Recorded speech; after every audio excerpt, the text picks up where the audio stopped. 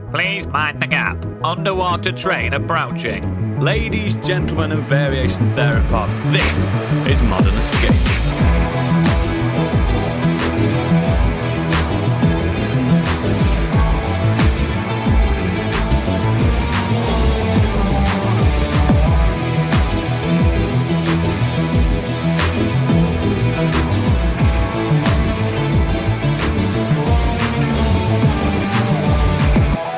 Hello and welcome to the show. My name is Oodles, the democratically elected leader of this shit. Joining me today, the Chancellor of the Exchequer, it's Gadget. Hello. Health Minister Stig. Not so much today. Education Minister Candy. Order. That's what they say, isn't it? And Order. part-time Lord Chancellor and Secretary of State. He's back. It's Biggie. He's back. That was a poor choice. He's back. I'd love to see Biggie as Lord Chancellor, actually. Let's just see what chaos he can sow. They definitely didn't check my CV. You've been gone for what seems like 5 years, Biggie. How have you been, mate? Yeah. Tell us about your plight. Oh, yes. So I had COVID last week, and I still have a bit now. Not actually testing for it, but the after effects. I'm not 100% still, but I'm getting there. I think the after effects were pleasant, worse than the actual thing when I had it. The after effects were fucking horrible. You just want to get normal again. Yeah, still getting fatigue at the moment. And I haven't got an intro for the news this week because I haven't got the energy for it, I'm afraid. I've got one for next time. I've already got it prepped. That's Yeah, I some haven't got the bullshit. energy. Some bullshit. I have. I got it in front of me. No, I'm saying that's some bullshit. Hey, Come on. It's not. let's be kind. Let's be Bullshit's kind to been each called. other. He's just crying Yeah, sorry, because I missed last week. Gadget put music on mine. No, I tell you what, it was really good. Very funny. I really enjoyed listening to that. And yes, I do listen to the pods that I'm not on. I even listen sometimes to the pods that I am on. But yeah, whoever said that last week? Yeah, Me. Arrogant. You and me. I just didn't think people... I know Stig likes to listen to it I sounding like his to own listen voice. to He it loves because I wasn't on, so when I I was hear what away, you I talked listened to about. them. Yeah. And Gadget ain't got a fucking choice, and I can tell you right now, Candy don't listen to it. She has No. not got time. I can't. No, I can't listen to She's like myself. me. I do listen to it when I'm not on it, but I can't listen to myself speak. I've never listened to an episode of Scorched Sheep. I can't bear it. No. I can. I got past listening to myself speak ages ago. Like, it does not bother me in the slightest now. Stig Listening likes back. to edge to it. He's edging himself to it. Oh, yeah. Yeah, but you don't sound like me. I mean, No, the he does last not. pod that I was on when Oodles did the German intro and Candy shouted out Heineken, that killed me. That killed me again listening back to that pod. I was laughing away. It was that good. That wasn't Really even got me scripted. up. That's just fluent German. No, wrong. Incorrect. But yeah, I mean, if you want, guys, let's just get this fucking show on the road. I want to know, because this is the only source I get the news from. What's been happening in the world? He's back, baby. It's Biggie's breaking news. You may already know, but he doesn't, because it's time for Biggie's Breaking News. Yes, and straight into gaming. Spider-Man 2 developer weighs in on a game length versus price debate. Marvel's Spider-Man 2 was released this week with a storyline that developer Insomniac has said will take on around about 15 hours to complete or so if you stick to the main story missions. If players decide to delve into it a lot more and side missions like the previous games, the gameplay could be extended to around 40 hours. When it first came to light that Spider-Man 2's main story could be wrapped up in that short time, compared to something like Baldur's Gate 3, which some of you are still playing, and I need to start. It's only a 40-hour game. Yeah. The game currently retails for approximately £70 if you're buying it from the store, I guess. And the developer came out and said he believes it's absolutely worth it. He told BBC Newsbeat that Insomniac was aware of the debate about price versus game length, but for Spider-Man 2, the team thought it was all about the quality of the final product. For us, it really comes down to the experience we want to deliver with the quality we want to hit. Obviously, there's a certain level of, hey, someone's going to spend this much money on a game, so we want to give them the experience that's worth it. So How long where did do you, you how guys long sit did you with say that? it was to rush 15 through it? How 15 long? About hours. 15 hours. To do How's the main that story. not long? Mainline the game. That's fine. I think it's How fine. is that? To me, a short game's like 4 hours.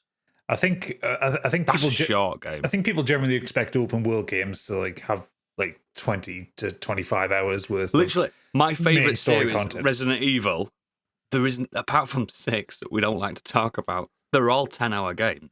At max. 4 is longer because I literally just looked this up as a point of reference to what came out earlier this year. Resident Evil 4. That's the story. That's about Probably 15 to 20 hours, depending if you know where to go. How much is Super Mario Wonder? That is retailing at 50 quid. And that's 9 hours, 8.5 to do the Mario main games story. aren't long. Like 15 to 20 hours for a single player game is fine. That's absolutely fine in my book. Yeah. Absolutely fine. In my mind, I think I'm not willing to pay £70 for it. I mean, that's a different discussion altogether. Yeah. I think because like I didn't buy the original Spider-Man game when it first came out. I got it like Neither 8 did months I. later, and I got it for like 35 quid, and I thought that was perfect for that. And that was a 15-20 hour game. So this one, I'm just going to wait for it to be on sale. Yeah, like that's That's I the think thing. You're paying 70 quid to pay it on release date. yeah, They always sure. go down those ones. it's not going anywhere.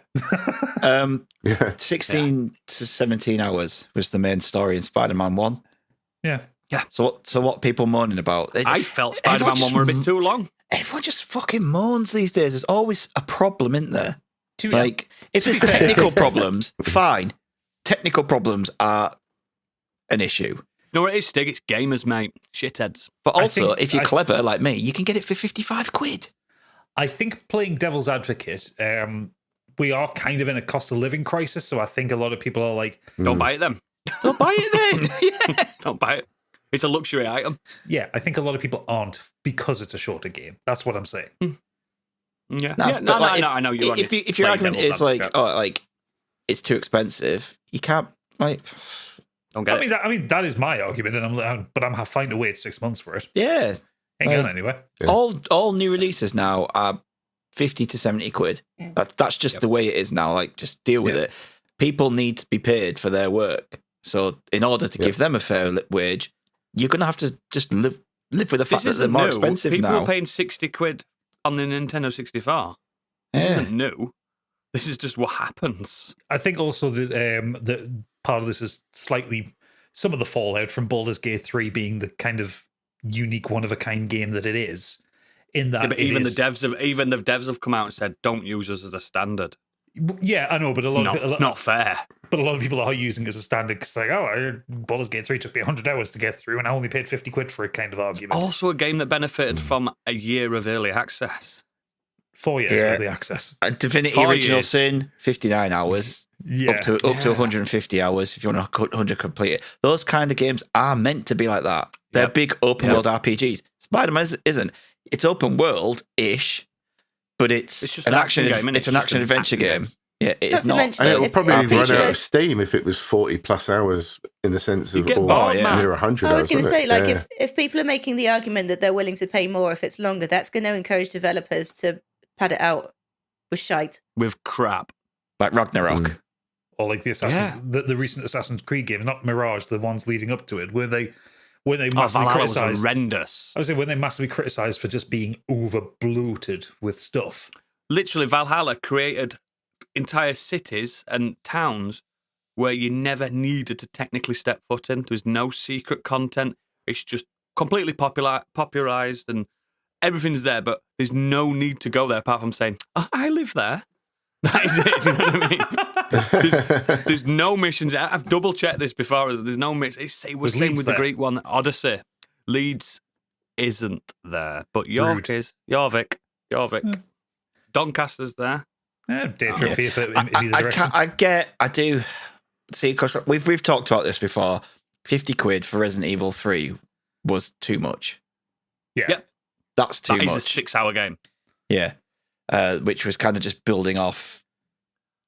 They didn't really do anything new with it. Like Resi 2 changed things up a bit and did a few new things with it. But they also cut out half of the original Resi 3. Yes. Yeah, exactly. The clock tower constraints. wasn't there. So that I can kind of get, but Spider-Man, like, it's the same length as the first one.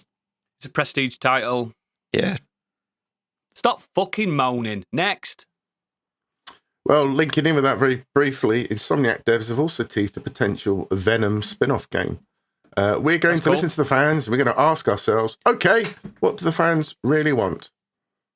Not a Venom Did you spin-off guys- game. Have you seen the films? Have you seen what happens when they try No. to do Venom on its own? No, but did you guys play Ultimate Spider-Man on the 360? Oh, briefly. No. You played as Spider-Man and Venom simultaneously, and the Venom bits were the best bits in that game. But then that's before they really, apart from Spider-Man 2, because that game was amazing. But yeah, the Ultimate Spider-Man were good when you were Venom. I really enjoyed that, and if it's something like that, I'm down. I'm down to clown. Yeah, see what they come up with. I saw one saying they'd prefer, one reply was saying they prefer to just link with like the Wolverine game. Yeah. Do crossovers with that Oh, make a instead, universe. and bring in That'd be like sweet. maybe Deadpool into it or something. Well, I think the Wolverine game is going to be more like God of War Ragnarok. It's not going to be open world. Well, no, you couldn't. It's Wolverine going to be can't fly. full open world, isn't it? Like where Yeah. it feels like he it's can't open fly. world and He go has places, to run but- everywhere. Yeah. So it'd be pointless. There'll be He a lot has a of woods. motorbike. Yes, but come on. That's not what he's about. Days is it? Gone. It's about Could be Days Gone, but with Wolverine. don't Yeah. dare. Wolverine played by Sam Witwer. Don't give me hope. I just took Days Gone 2 right now. I mean, fucking hell, now that's value for money. Next. Lord of the Rings Gollum game has been redeemed because there's a new $50 King Kong game, which has been labelled a complete scam. The new King Kong game has gone viral due to its unusually poor graphics, with one player labelling it the scam. Skull Island Rise of Kong was released for consoles and PC this week, and quickly social media filled with videos highlighting its shoddy presentation, which at certain points appears to be incomplete. One clip, which has been linked over 30 times on Twitter, shows a cutscene in which the developer appears to have inserted a static image in place of incomplete animation. No way. Honestly, Oodles, you need to go and look at clips of this because it's fucking incredible. What's it The- called? Skull Island Rise of Kong. Who's it made by? Some Chile-based Iguana Bee, and Yeah. published known for by their game Mill output. Entertainment. So Skull Island Rise of Kong. while he's looking for that, I do feel a little Ooh. bit bad about taking the piss out of this because there's more information's kind of come out of it since. The developer, Look at him. yeah, That's what my picture is. My Oh, is avatar that is. what that is? Oh, he's crap. Donkey Kong. Oh, look at him. Oh. the developer is a team of 20 people, and they were given a year with no direction. They were just told make a King Kong game, and they were basically given no time. So it's not the developer's fault; it's the person who asked for it. Yeah, Stop it, Oodles. That's my fucking insane picture. how bad it looks. That's my. Do you think my they got to avatar. about 3 months away from release and like, fucking hell, lads, this isn't going to be good. Just make it worse, and at least it'll go viral. People will buy it just for the sake Maybe. of playing it. Maybe, yeah. Like yeah, that Wolf game on PS4. Oh yeah, no, Rise of Black Tiger. Well, That's it, the Black when we Tiger, finish Black this, Tiger. Oodles, look up the clip of the Kong. Like, Mate, I'm fucking buying it. look at the it's King Kong, and he comes. Yeah, he interacts with like one of the dinosaurs, and yeah, they I just. fucking love King He Kong. looks as well, over it's to an it, and it's a static JPEG image of like, Oh, no. and then it cuts back to him. I think Candy's made a very good point here as well. According to Games Mill's website, there it says, we have a proven track record for leveraging the equity of some of the world's most beloved brands and working with developers to nimbly bring to life games that delight diehard and casual gamers alike. With a veteran lead team, we know how to navigate the landscape of licensors, developers, and consumers, and have proven time and time again an ability to deliver hit games on time, in scope, and on budget. I genuinely think this looks worse than the 2005 King Kong game. I mean, because that wasn't that a looked bad good game. at the time. That Yeah, looked good that at the good time. at It the wasn't a time. good game. No, but like Wasn't if you a go good back and look at it, and it's a 2005 game, so you can imagine what it's Oh, yeah. what yeah. it looks like now. Muddy. I bet it's very muddy looking. I think you look at images, it looks better than this. I remember the digital Jack Black in that game. Just a portly man I don't even think. I think it was Jack Black's sound clips from the film. It was really badly dubbed into it. Yeah. And The people T-Rex love is in that it. game. Looking at the image now of the T-Rexes, they look so much better than the dinosaurs in this. It's nuts. There's no better game than playing a digital Adrian Brody with a spear, is there? Let's be fair. Hey, I played that game to completion because I did, mate. And I also played the Wii version. Oh, no. It was during that time where I used to like trophy chase, and I'd like rented it from Boomerang, completed it, and sent it back because all you had to do to get the trophies for that game was finish it. Yeah, there was no hidden ones. I liked it. It wasn't good, but I liked it. Yeah. So the user score on Metacritic for Skull Island: Rise of Kong is a 4.0, which seems a bit high. It's got a strong 5 on Steam, but that's probably people joking.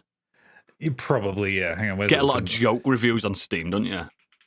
Yeah. Where's Open Critic? That's usually better for games than Metacritic. Is there like a Razzie award for games? I bet the Gollum developers now are just like, fucking come on! We're no longer going to get the Razzie. IGN gave it a 3 out of 10, and they're the only major people to review it. I bet you honestly, I bet they got some fucking clicks out of that review. Oh, most definitely. They did. That's probably one of their most read reviews. The thing is, this year. It's just like Gollum, and it's kind of what Candy said. I've seen people playing this on Twitch and TikTok now because people are so interested to see how shit it looks. Millions, I bet. Do you know what the common denominator in this is? Is both those games are based on Andy Serkis. There is a problem there, yeah. Yeah, that's true. That is true. Did he play Kong in the 2005? The one with Jack Black in, he did, yeah. Yeah, he did the motion capture for Kong. Is he the only man that does monkeys in Hollywood? Apparently. No, he's good at it, though. Yeah. He is good at it. He is good at monkeys. That man is monkey. It's just where like people were saying that they're starting to do awards for like motion capture and stuff because his work in those ape films is incredible. Oh, Caesar's incredible. Yeah. Mm-hmm. Cool. Next. Speaking of issues, Cities Skylines 2 devs have warned players of performance problems. They said, "We have not achieved the benchmark we had targeted." Just a week before the release. It then. Yep. Developer Colossal Order and publisher Paradox Interactive have issued a warning to fans about the City Builders' performance. The statement was posted on the Paradox Interactive forum as both a news items and an FAQ, and the message is essentially to lower your expectations. They've said, "It's a next-gen title, and naturally it demands certain hardware requirements," the statement reads. "With that said, while our team worked tirelessly to deliver the best experience possible, we have not achieved the benchmark we targeted. Despite this, the City Builder won't be delayed on PC as it was delayed on console. We've taken the long-term vision of the project into account and feel that a release now is the right step." Okay. I don't think they had a choice. It's them stupid board of directors all the time, isn't it? Get that game out now. It'll be Paradox pushing it more than anything. Get that game out now. It's not finished, boss. Shut up. Why? Because I know the Skyline, it's a pretty good game, but I don't see people like shouting for it. Like in the PC world, people love it. Yeah, I know, but I don't see like the online discussions like you get with something like a God of War or Last of Us or something shouting for the next one. They're just. It's no Civilization, is it? It just felt like it was. People once it's done, people will be quite happy to play it. And now what's happened is they've released a broken version, and people are going to be like, "Oh, great! I was looking forward to this, but you've released a mess." Now you agree. Yeah, I know what you mean. It's because they haven't had any big games this year. Paradox had Star Trek Infinite, which has been reviewed badly, and then they've got Age of Wonders 4, which I think is that out now? Yeah, it's the Age of Empires spin-off one, isn't it? Yeah. I bet it's a budget thing. It will be a budget thing. Yeah. Of course it will. Age of Wonders 4 is out. So basically, they haven't had a big hit this year, and City Skylines is like a tentpole, isn't it? It is a tentpole because like the games that they've got next coming out, because they don't have much on the slate for next year. They've got Vampire the Masquerade Bloodlines 2, which has been delayed. Is that going to actually happen? Well, it's been delayed constantly. 10 years. And something called Life by You, which sounds like that's developed in-house. Whereas, like... Didn't Paradox also publish Lamplighters League? And that's had issues as well, isn't it? Did they publish I that? don't know if they did that. Paradox, they do sandbox games, don't they? That's what they do. Lamplighters League. Strategy games.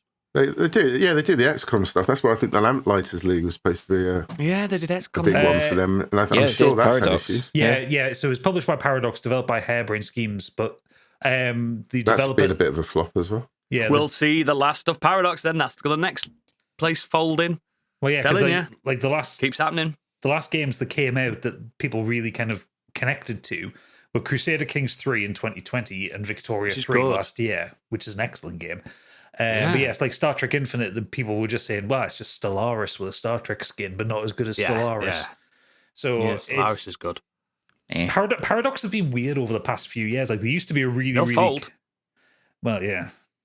The world, think- it's happening to everyone now. If you're not having a good, it's like bloody football relegation. If you're not having a good year, man, you're out.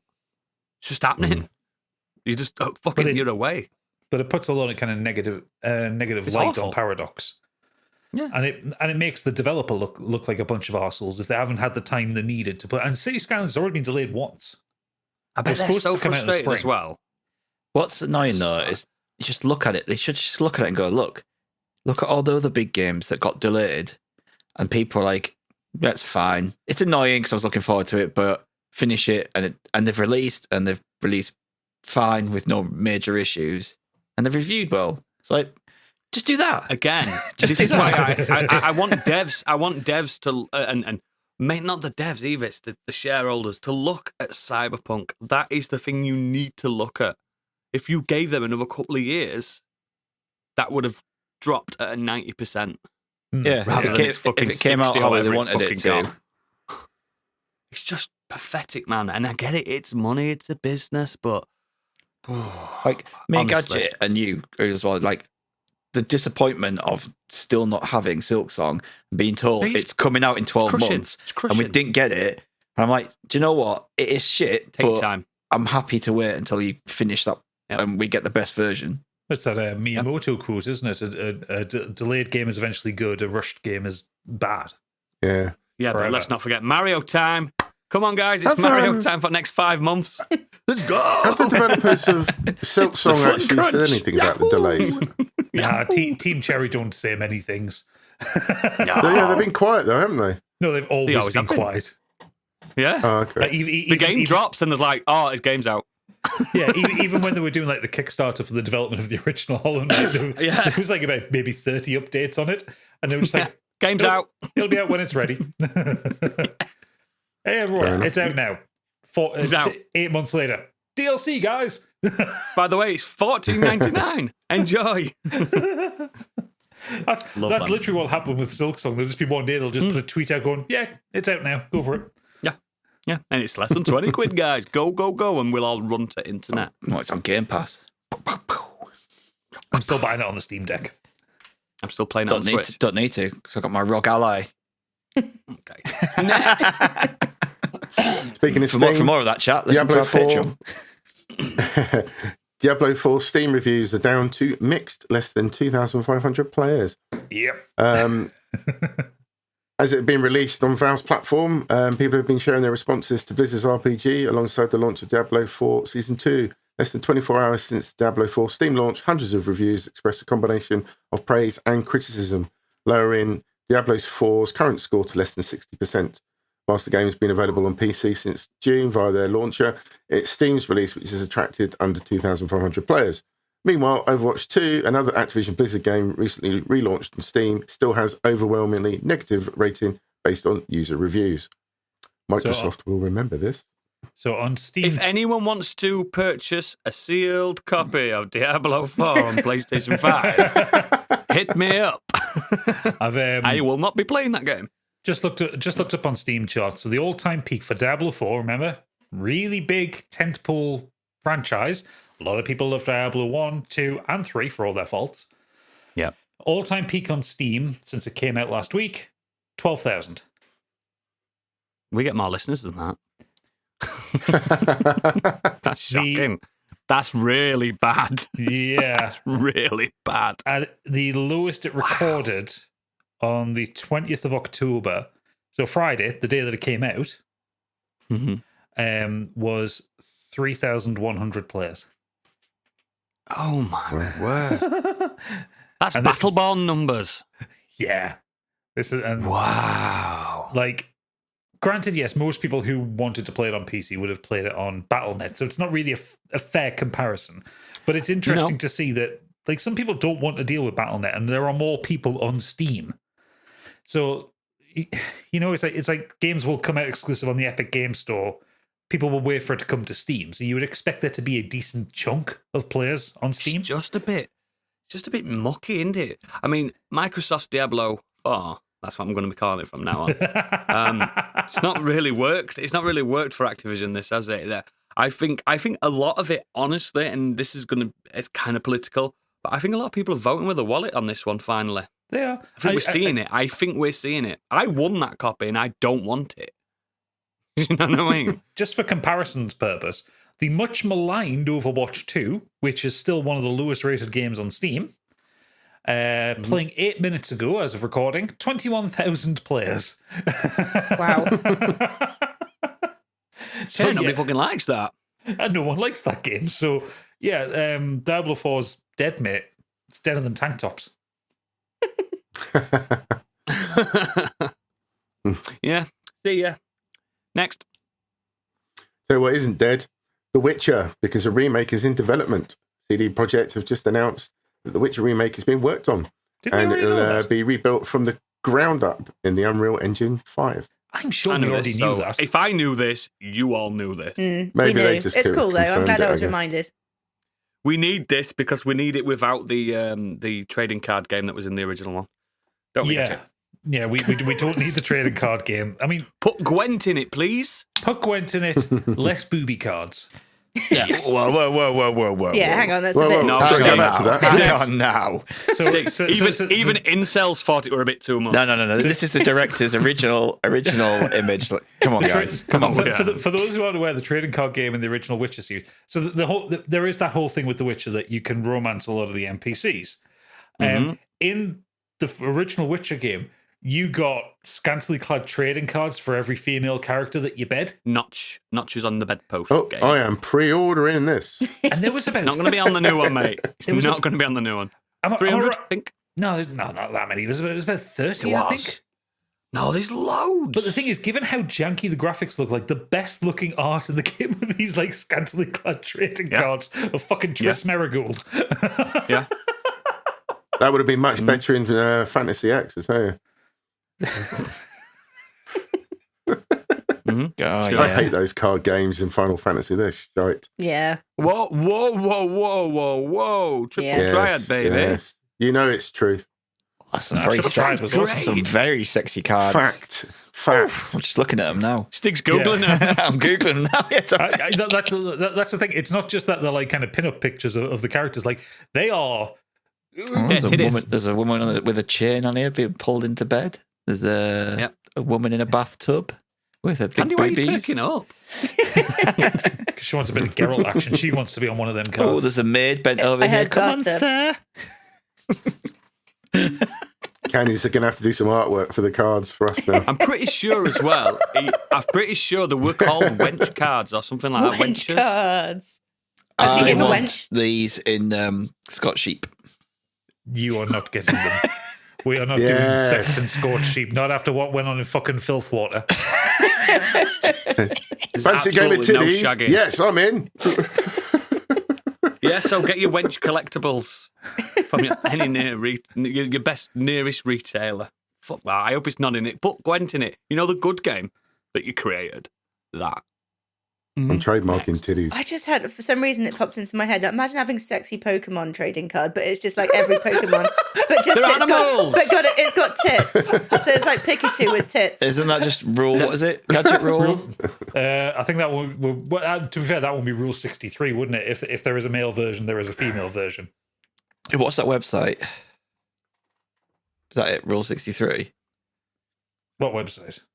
There's a website, isn't there, where Sticks out in his send now. You literally mentioned it before. Like when There's if there's a Rules of the internet. if there's a thing, there's an internet. There's like it's literally Because it's just something. But Gadget someone doesn't put- know the website. I think it started on something awful or something like that. Because it was Rule 34. Rule of the 34. internet. It's an actual website. Yeah, if it exists, there is porn. In it. Yeah. No, Are you I thought- looking for the actual porn site? Yeah, Rule 34 is an actual site. Pornhub.com. Rule 34.xxx. Hang on, is there If it exists, any there's part of porn it. version Yeah. of us? Is there a There must be parody porn porn version account of of us. us? I've got some on my Oh my phone if you God. want me to send it you, mate. Of me. Did I Anyway. put Pokemon in? No. Oh, dear. Oh, I just clicked on the website and I think I've got a virus. Yeah, the clap. What is wrong with people? Jesus. You're the one I on mean- the website.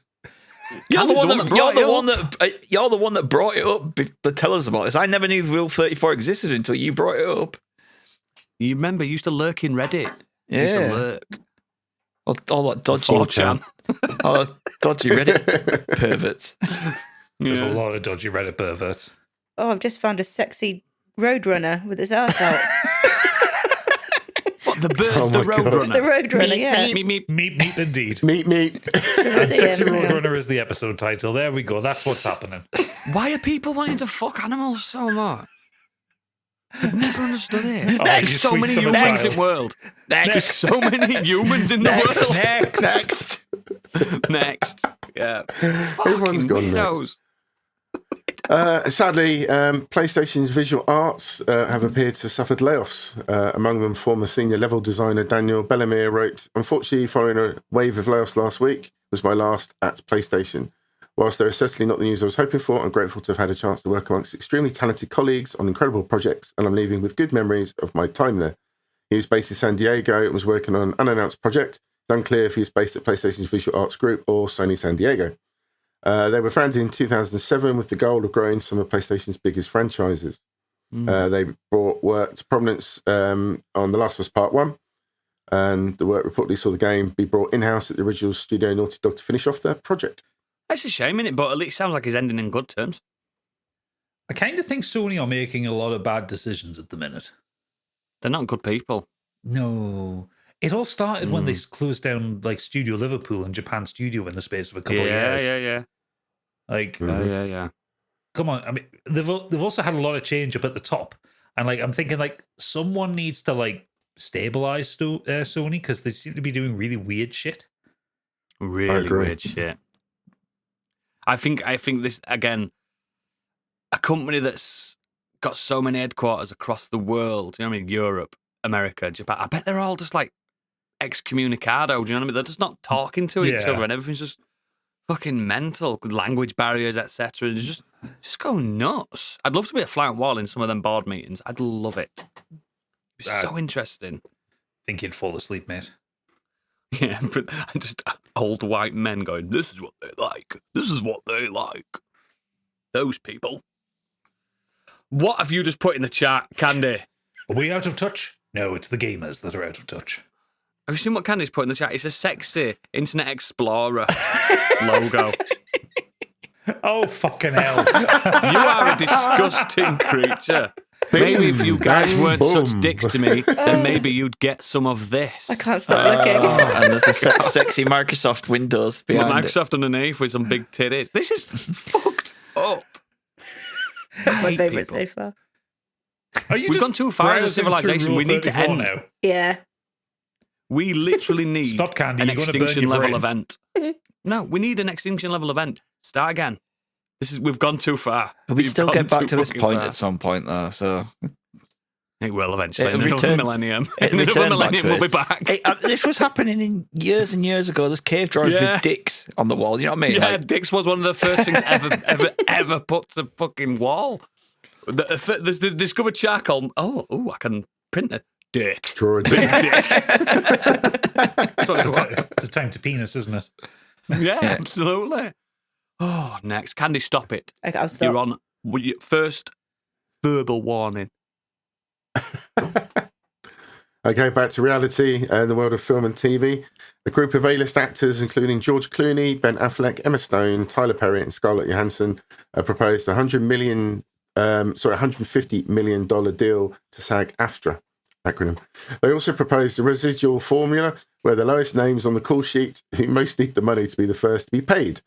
This deal would span 3 years and include A-list actors defraying the costs to the AMPTP signatories by eliminating the cap on membership dues to be used to bolster health benefits and other areas that SAG-AFTRA is trying to shore up. Yeah, that's good. Good. Really good. Mm-hmm. Collective nice. responsibility. The richest pay the most Yeah. in. Communism. Yep. Well, We're it's not getting really there. Communism is socialism. Well, it's only a few steps to the left, and we're right into communism. Oh, that's why you're growing a mustache. It's the cha-cha slide, mate. Slide to the left. That's what it is, mate. Telling you. Slide to the left. Comrade. Keep going to the left. Don't stop. Keep going. Gulag. Everybody clap your hands. Next. Sorry, Stig. We're Speaking nagging of you. the He's delays still of on the Rule strike, 34. this may not come as a surprise to anybody, but Deadpool 3 has been delayed from its May the 3rd, 2024 release date, Oh, it should be. with no new date now announced. Yeah, Many fair fans were speculating that Deadpool 3 would end up getting delayed, as the ongoing strikes made the timetable for completing this production look more and more impossible. enough. Yeah, fair. Did Apparently you they see might. the latest...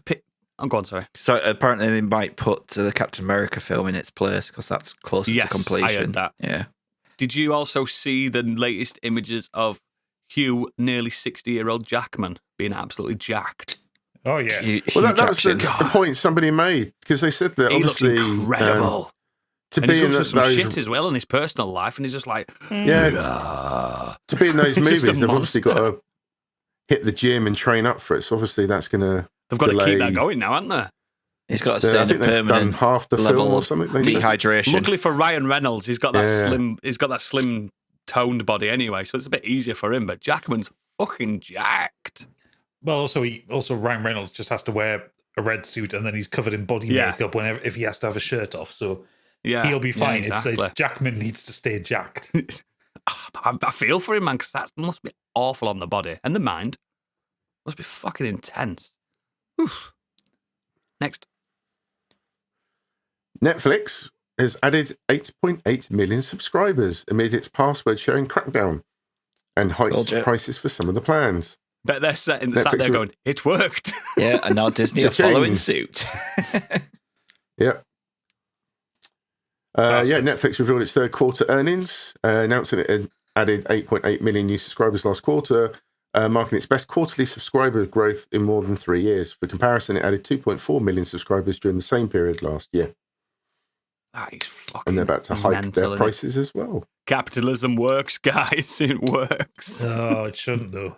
Mm. I know. In the but it UK, does. The basic plan will jump from $6.99 to $7.99, and the premium plan will go from $15.99 to $17.99. What? You know. I didn't know that bit. When are they coming out with the You do advert now. one? I'll pay for the advert one, mate. It's already Fine. out, I think. Yeah, it's out now. That's a basic one. Yeah. Is that The basic? ad-supported and standard plans I'm remain dropping down then, unchanged yeah. for those regions. Yeah. I'm dropping down then. I'm not paying $17.99. That is insane. And wait, I pay for it. I pay for the top one so I can use it on multiple devices at once. Yeah, but there's never really a Not- moment when I'm watching it and she's watching it and the kids are watching it. They like And Disney Plus. 4K. I just wanted the best looking stuff. Oh, do you not get that on the advert one? No, you get it No. in standard definition. Not even Oh, HD. fuck it. I will pay $17.99. My eyes Will can't. enjoy your 640p. My eyes can't go back No to standard way. definition anymore. No way, mate. It hurts my eyes. To get better glasses. Can you still I have to watch- get some goggles on. People still watching sports in standard definition. Like, what are you That doing? makes me sick. That makes me sick. Yeah. Who's that on pitch? Can't tell. Cannot tell. Can't tell because that green of the grass is just blooming everything over. Fuck that. I will pay £59 million if I have to, so I never see standard definition ever again. It's fucking horrendous. Disgusting. Yeah, fine. I'm fine with Netflix. Whatever you want to do, guys, you do it. You got my support. You ever go to watch an old DVD and realise what we had to put It's up with awful. back then? I tell you what, I have Yeah. not realised how bad some of them were until I started watching some older films with Amelia. I have to apologise to her how shit they look. I'm sorry, this is shit. And she's like, "Oh, it's fine. I don't mind." Like she You said, do really, though, don't you? no, she's pretty good with it. She's like, "I don't mind as long as the story's good." I'm like, "That's the right spirit," but no, Daddy's not got that spirit. but I'm fucking. Daddy's paid for this really good TV and HD Blu-ray high definition Blu-ray player. It's not good. Yeah. I've got that. I've got that super like 4K version of The Thing. I'm sure Biggie's got it as well. And Yep. I watch it every month. I watch it every other month, to be honest. It's one of my comfort films. And my mate had it on at his house the other day, just off the telly, and he had it on fucking. Oh my god! I was like, "What's that?" And he ain't got a 4K telly. I'm like, "This looks old." When I watched it in 4K, I couldn't believe the doc had a nose ring. I never even noticed that before. You couldn't tell, could you? No. It's insane. So weird. Is that what Kurt Yeah, it's Russell really looked like?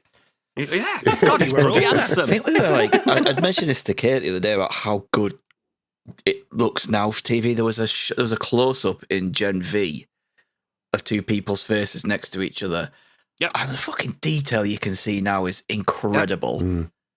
I've been watching True Detective again. it's I've been such watching a that again, struggle the going back. 4K version of that. My God, it's like a film. I know it's an expensive show, like, but fucking hell, it's like a Fincher film. No, it's insane. Oof, fuck SD. Get away. Next. 4K porn has a lot to answer for. Director good. Matthew. It's good. You can see all the Director individual Matthew cues. Vaughn has come out and he thinks that Star Wars should have a reboot and only focus on, yes, the Skywalker family. He's He an said, idiot. why are the Star Wars Matthew Vaughn characters said so that. hallowed? Huh? Matthew Vaughn said that. Yeah, he said, why are the I like characters him and so all. hallowed that from 1977 you can't redo it for a new audience? It's You a can go wide off people, fucking though. universe. You can do any. You can do Not a Jedi's on universe, the other it's side tiny. of the universe. You also don't The need universe, to. we've only been to 2 planets. Because kids watch those films and still love them. They still exist. You don't need it. And much as we cry about the enhanced editions of Star Wars, yeah, some of the scenes are a bit shit, but the background stuff that they did, like making Sound the and lasers. like sound, the lasers, and also like kind of just adding kind of background CGI to make things look bigger and wider.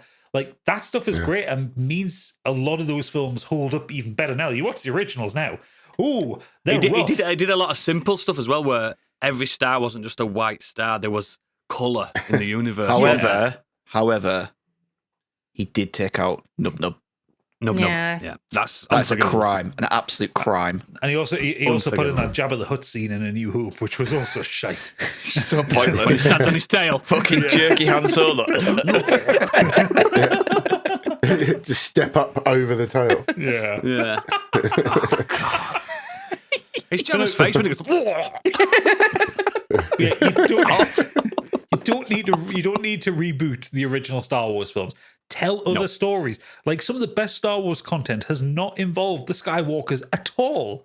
Like Rogue One was incredible. The Jedi games with Cal Kestis. Andor. Andor's Andor. brilliant. Cal Kestis is a great Jedi. Yeah. Brilliant. Like However, as well, remake shit things. You don't need to remake the good stuff. No. Remake the things Episode that failed. 1. Yeah. Remake Episode 2. yeah, Do make them Attack of the too. Clones better. Yeah. Shorter.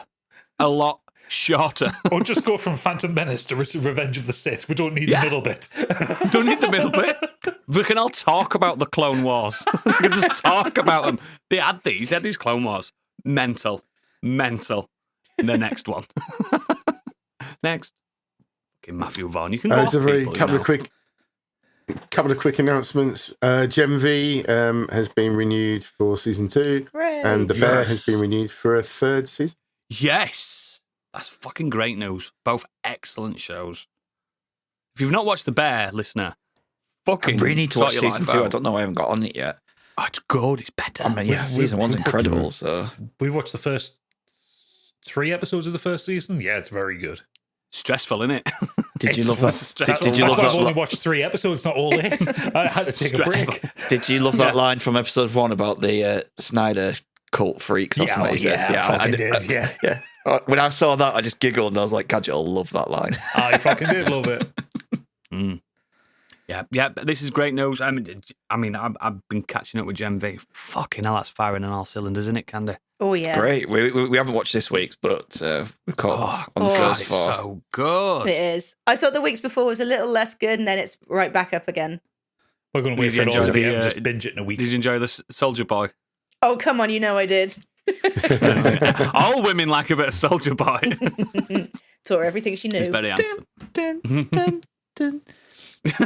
You! Next. Finally, to the world of the weird web.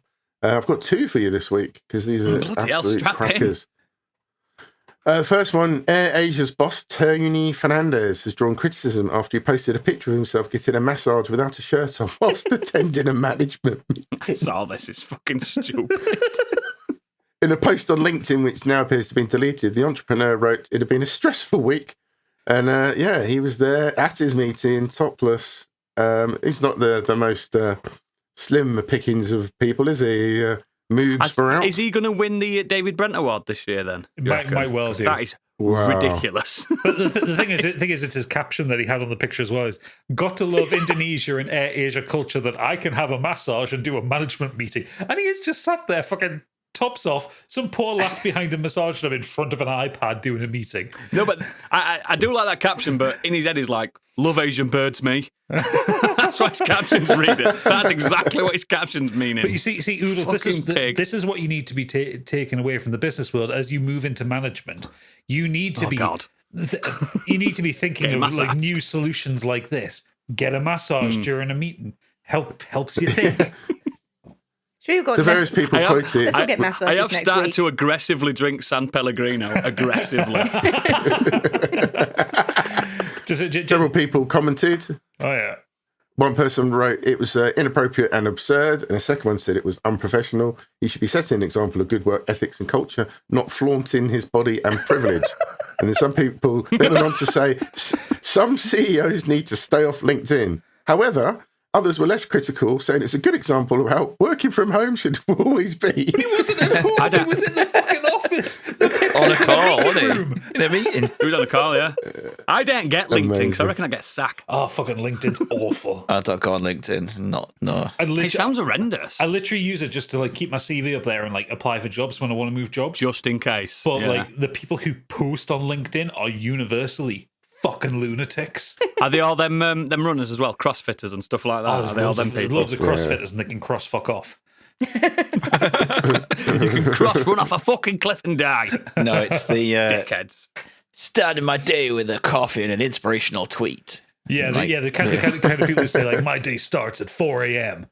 4:20, I'm on the treadmill doing meditation and like shit like that. By 8 Have you o'clock, seen that I cat? arrive at the office. This guy- 5 hours into the Like day. Mark Wahlberg. Yeah, no, there was a guy that came up on my TikToks, people taking piss out of me. He's just like, I goes, my day is 3 days in one. So I do this. He's like, I do this between 4 a.m. and 10 Time a.m. hack. Then I do this between 10 and people are like, so you just split your days up. Like, a day is still a day. You've just done better with If you your really day. want to be Like, successable in business, I go to bed at 6:45 in the morning and get up at 7. 15 minutes yeah, is all you need, baby. I saw that clip of that guy. Yeah, basically, yeah. His essential argument was that I split my day into 3 6-hour 6 hour chunks, days, and yeah. as a result, I have 21 days a week. It's like, no, you fucking don't, mate. You're just working yourself into an you just early career. segregate also- your days, but like, Also, as an expert in this field, they are on cocaine. There is no way you Oh, can time hack absolutely. unless you are on cocaine. Because that's the only time travel thing that Yeah. exists in this universe. Also, Oodles, I tell ya. an important fact you should know about Tony Fernandez, this topless CEO. Until July this year, he was the majority shareholder in QPR. Of course he was. Keeping that place afloat. I start my day with 5 thick rails on the table. And away I go into the future. Wasn't that your touring career? Yeah, basically. Here's your wages. Thank you. That fucking Hoover from Teletubbies were based off me. You've got another one, have you, Biggie? I nearly called you Yeah, Gadget, I'm finally, sorry. this is a quick one. Fans think something is missing after Dwayne Johnson's waxwork was unveiled. This is the story of the year. Dwayne Johnson has been given the honour by the Greve Museum in Paris. The legendary actor's figure has finally been unveiled, and fans wasted no time in lining up to get a picture of them standing next to the rock. The waxwork shows the Jumanji star standing with his arms crossed and dressed in a blue-collared t-shirt and navy pants. It's definitely an interesting take on the actor, especially because we usually see him in a gym gear looking absolutely jacked. And obviously the pictures, obviously a visual thing, doesn't quite work for a podcast, but And we usually used to see him as a mixed-raced man, not a white guy. I was going to say the thing that's missing is melanin. I actually thought it was Vin Diesel he's not when the I Rock, first he's saw the it. fucking stonewashed pedal, Yeah, it looks more pedal like- in it. it's more like Toretto than The Rock. It's mad. That is not a mixed race fucking waxwork at all. His dad was fucking black. Wait, no, his dad was Come on. Samoan. Was it his mum that was black? No, his mum was Samoan, his dad was black. Oh, There was you it? go. There you go. He's a mixed race man. Rocky He is a man Jackson. of colour. Corrected. That is a white. Whiter than me. That's super white. I was going to say It's you're more ridiculous. tan. And it's again the facial features as well. I think they're just off. And again, this is a very audible medium, but we do have a YouTube channel, and you've got access to the internet. Look it up. It's fucking ridiculous. Actually, his mum It's was awful. His mum was Hawaiian. Sorry, just before anyone corrects There me. we go. Yeah, bro. They'll come after you, Steve. They'll come after you. But yeah, it is awful. It's awful. Is that the news? That's it, dude. Can we just do one more? Uh-oh. Breaking news? No, it's not breaking news. I just wanted to say rest in peace to Bobby Charlton. Probably Oh, of course, one of yes, England's yes. greatest Absolutely. footballers Right, yes. ever. Like, Legend. yeah, and Legend. regardless of the fact that he played for Man United, he's still Manu. Yeah, Yeah. still an amazing footballer. You can shove that aside. Just how weren't born when he played for them. amazing player and amazing ambassador to the game. So it's a very sad loss. The man survived the Munich crash. He won the Champions League. He was one of United's. I don't know if he was one of United's top goal scorers. He was one of England's most capped players. Yeah, just And he a was a great player. Geordie. Lifted the World Cup. there He you was go. from Newcastle. Yeah. Well, just outside Yeah, Newcastle. he was. And He was a northern man. And I only realised that back when I was 17 and I was working in a restaurant in a small village outside of Hexham, him and his brother, Jackie Charlton, came in for Jackie. lunch. Now And they were we love a bit of thoroughly Jackie. thoroughly lovely guys. And unlike most customers at that time, I got a tip from them. So I've always had a soft spot for the Charlton brothers. Yeah. Again, World Cup like winner. she said, great ambassadors. Yeah, World Cup winner. and could rock an amazing comb over. And flat cap. Don't Yeah. forget the flat caps. So you know it was And having Northerner. having a fag at half time. You got to love it. Spark up, Yeah. boys. What was We're the back tip? on in 15 Working minutes. on your free kick technique and Yeah, that's it. Oh, God. Gotta love them. Yeah. Massive loss. That is the news. It's time for the main part of the podcast. Now I'm going to break everyone's heart. I've done fuck all this week, so I'm not saying shit on this. I'm just going to interrupt everyone else as they say their shit. So I've done nothing new. I've watched things that are current that I've already discussed. I have done stuff. I've not stared at walls all week. But Gadget, what have you been up to? I've been up to a few things. I started listening to, and I'm going to mention it here because I didn't want to go into it in detail as a review because it's obviously something we avoid, but I'm listening to an audiobook called A Decade in Tory by Russell Jones. Oh, what's this about? Well, Russell Jones came to kind of prominence on Twitter because he would do the Week in Tory over the last 10 years or so. He'd do a thread on a Friday of all the bullshit that was going on. I turned it into a book, so I'm listening to the audiobook version of it. And it's obviously it's telling things from when David Cameron became Prime Minister all the way up to kind of 2021-ish Boris Johnson era. Fuck me, it's depressing. But it's very funny. There's some good insults in there. I'm not going to go into the detail of it because we don't talk politics, but it's Is it quite worth a listen. satirical, though? It's very factual. The humor from it comes in the way he insults Tory politicians consistently. Well, I'm a fan. Already. It's also who isn't? 14 and a half hours long. A lot happened in 10 years. That's value for token. That is value for token. It's value for token. I'm at Love that, 2018 love that. and I've still got 9 hours left. And guess what? When the book ends, it doesn't stop. No, I figure most of it's going to be dealing with Boris Johnson. But yeah, I would really recommend that. It's not an uplifting listen, but it's Before it's Stig's head pops valuable. off, because it's Tory, it's politics. What else are you bringing to the table? I finally finished Baldur's Gate 3. Yay! Fucking hell, you kept that quiet. 82 and a half hours it took me. Sorry, 81 and a half hours. I cried at the end. I And shed I'm a bit of a tear. I'm sad, not because it's over, because obviously I can go back and play the game again, but I'm sad because I'll never experience it with the character that I had. Your first child, yeah. Yeah, my character, I played her as me, like all the choices that I personally would make. You looked like her as well. You looked a lot like her, didn't you? Yeah, the pink horns really, really kind of had the resemblance, didn't they?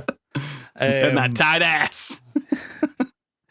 But yeah, she got a good ending of the possible endings.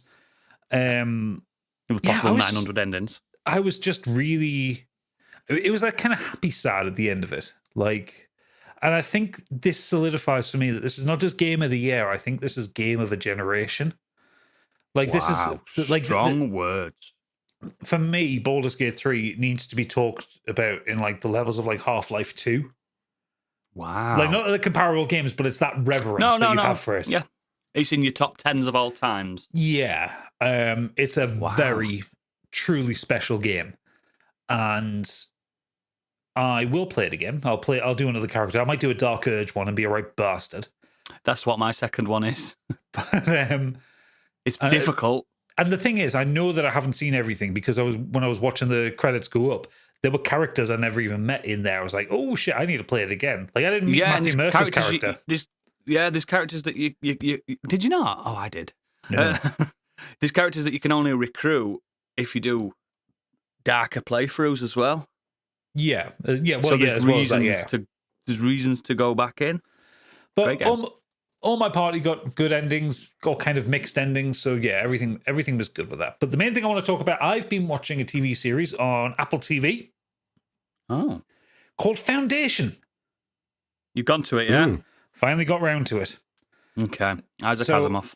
Yeah, Foundation is an American science fiction series based on the Foundation series of stories by Isaac Asimov. It's a big ensemble piece. The main characters are the main players in it: Jared Harris, who plays Harry Seldon, Lou LaBelle, who plays Gail Dornick, Leah Harvey, who plays Salvor Hardin, and I know this is Oodles' favorite, Lee Pace. I love Lee Pace. He's so handsome. He's so handsome, and he's so topless throughout most of this show. Don't make me watch it. I'm going to make you watch it. Like I'm 9 episodes in. I fucking love Asimov, and I don't want to be upset by it. No, I'm 9 episodes in. Every other episode, Lee Pace has his top off. Does he? And he's jacked. He's got perfectly curated nipples. He does like 10p pieces. Like 10p pieces, just perfectly cylindrical. Anyway, yes, so this is based on the legendary Foundation series of novels by Isaac Asimov. The father of robotics. The father of robotics. This tells the story of a galaxy-spanning empire, which is brought to its knees by the concept of psychohistory, which is what Jared Harris's character Harry deals in.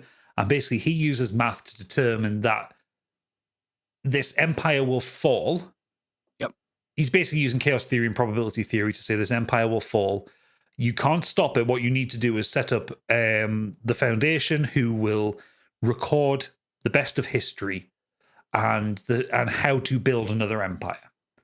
And the empires, there's 3 emperors who are all clones of a man called Cleon. Isn't it? Yeah, Lee Pace. There are 3 of them at all times. There is Brother different Dawn. ages like the books. Yeah, 3 different ages. Brother Dawn, who is young child. Brother Day, who is played by Lee Pace, who's the middle-aged one. And Brother Dusk, who's played by Terrence Mann. No way. Another talented and handsome actor. Oh, yeah. Brother Dudley. And then eventually, when they reach the end of their life, they're called Brother Darkness, and they're killed off for another clone to come up. They are perfect clones of Cleon. Yeah. So there are always 3 emperors at any time. They're referred to as Empire. The best way I can describe this series, because it's really hard to kind of describe the story without just getting into the fucking complicated spoilers. Is it a direct adaptation, or the kind of because it's very peaceful? The books, they're very. Yeah, it's not a shooty. It's not a shooty one. No, it's not a sci-fi epic. There's some shooty moments. Yeah. But they've kind of condensed book 1 and 2 together for the first series, and like a big chunk of the first series is focused on the Invictus. If you remember that, yeah. And dealing with that. Huh. This is basically sci-fi Game of Thrones. That's how they've played it. Okay. So you have these grand, epic visuals. You have lots of talky bits with people kind of doing Has it got political plotting. men stomping down promenades in capes and stuff like that? Yeah. I can see it already. Yeah, mostly Lee Pace, to be fair. Yeah. He's a good walker. He's a good walker. He's a tall man, very tall man. Mm-hmm. The music is done by Ben McCreary, so you know it's good. Oh. Watch it. It's really fucking good. Oh, so it's really good. I was waiting for you to say it's good. I was trying to describe it the best way to do it. It's really fucking good. It's got that problem. It's got that problem where some of the side actors are a bit hammy or a little bit crap. Yeah. Like Game of Thrones. But Game of Thrones had that as well. The core cast are really good. There is some fucking brilliant science fiction here. The visuals are stunning. When they get onto the bridge of the Invictus, oh my god, it's incredible. They're leaning really into the into Catholic imagery with a lot of it. There's a lot of religious iconography going in this one, which wasn't really in the books. No. Jared Harris as Harry is fucking brilliant, but I'm realizing I'm yet to see Jared Harris ever be He's not never done brilliant. it. He's never been bad. He's been in some shit things, but he's always been brilliant. Yeah, but he was good in it. Yeah. Most of the cast is unknown. So it's like Jared Harris, Lee Pace, and Terrence Mann are the main people that you would know. All the other people are kind of new characters. Oh, Alfred Enoch is in it for a little while as well, if you're familiar with the Harry Potter films. Alfred Enoch. Yeah. And Reese Shearsmith pops in for a couple of episodes. From the local shop? Yes, but doing a very bad American accent.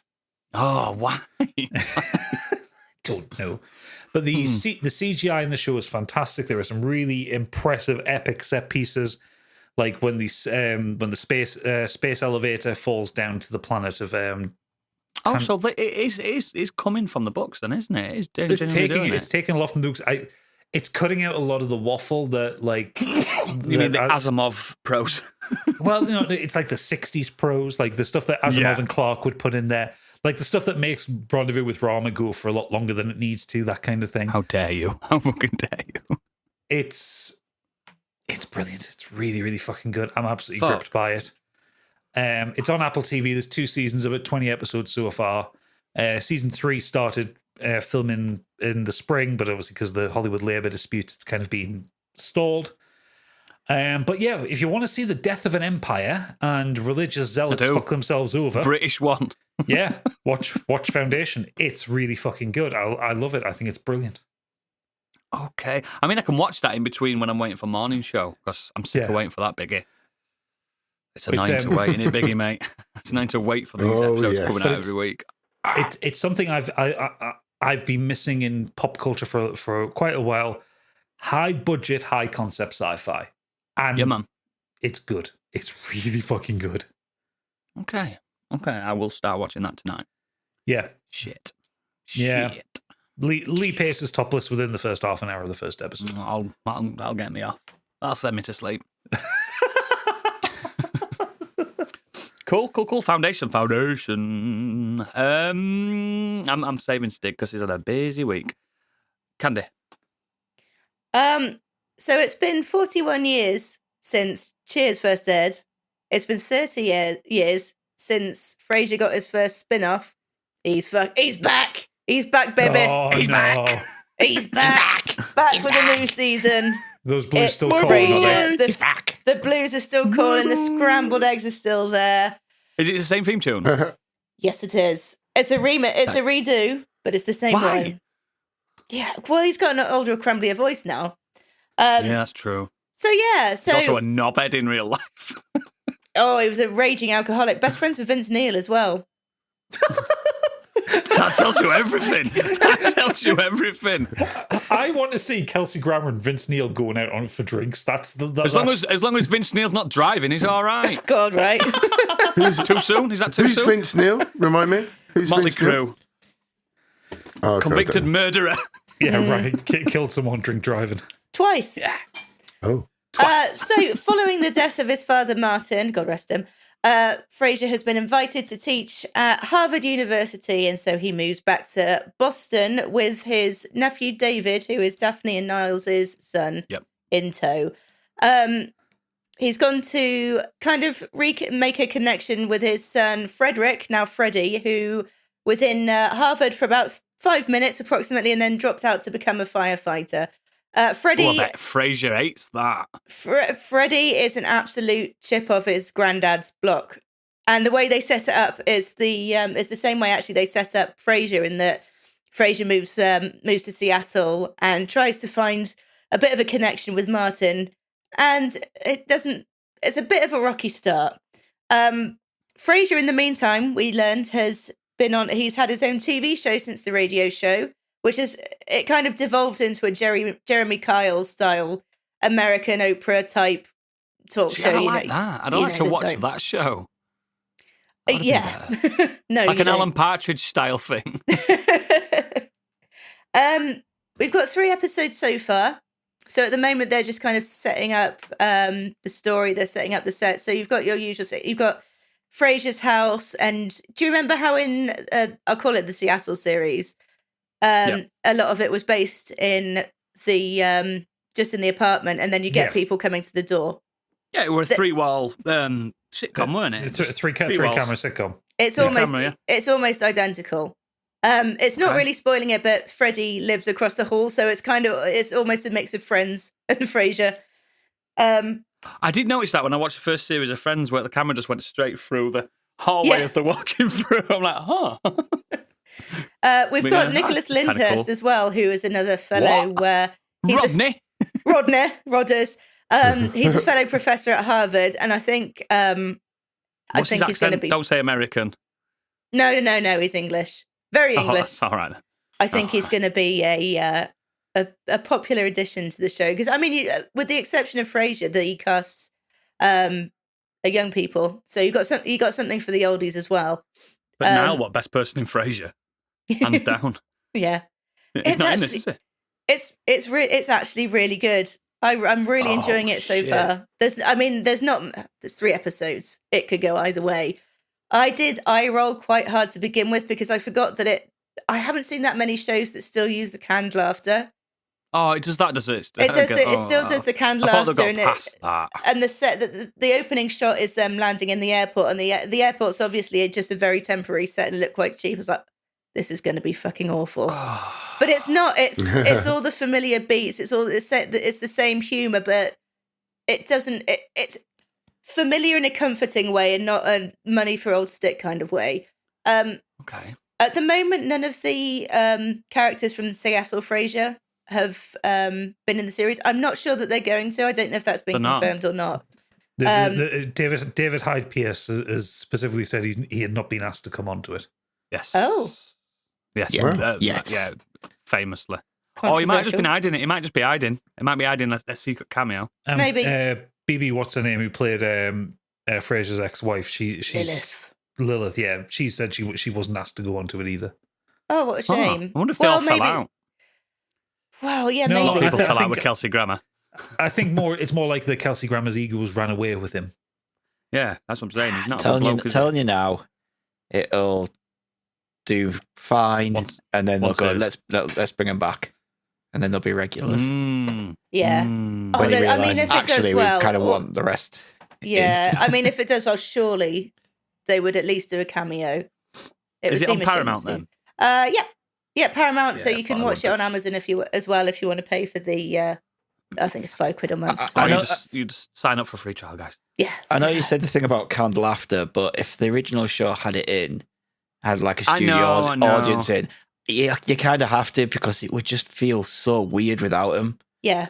Jokes are different when it hasn't got the laughter in it. It's like that's the type of show it is. I remember one episode of, I don't know if people have watched it with us, one episode of that 70s show where Topher Grace came back right at the end, and they did it without a studio audience, and it was weird.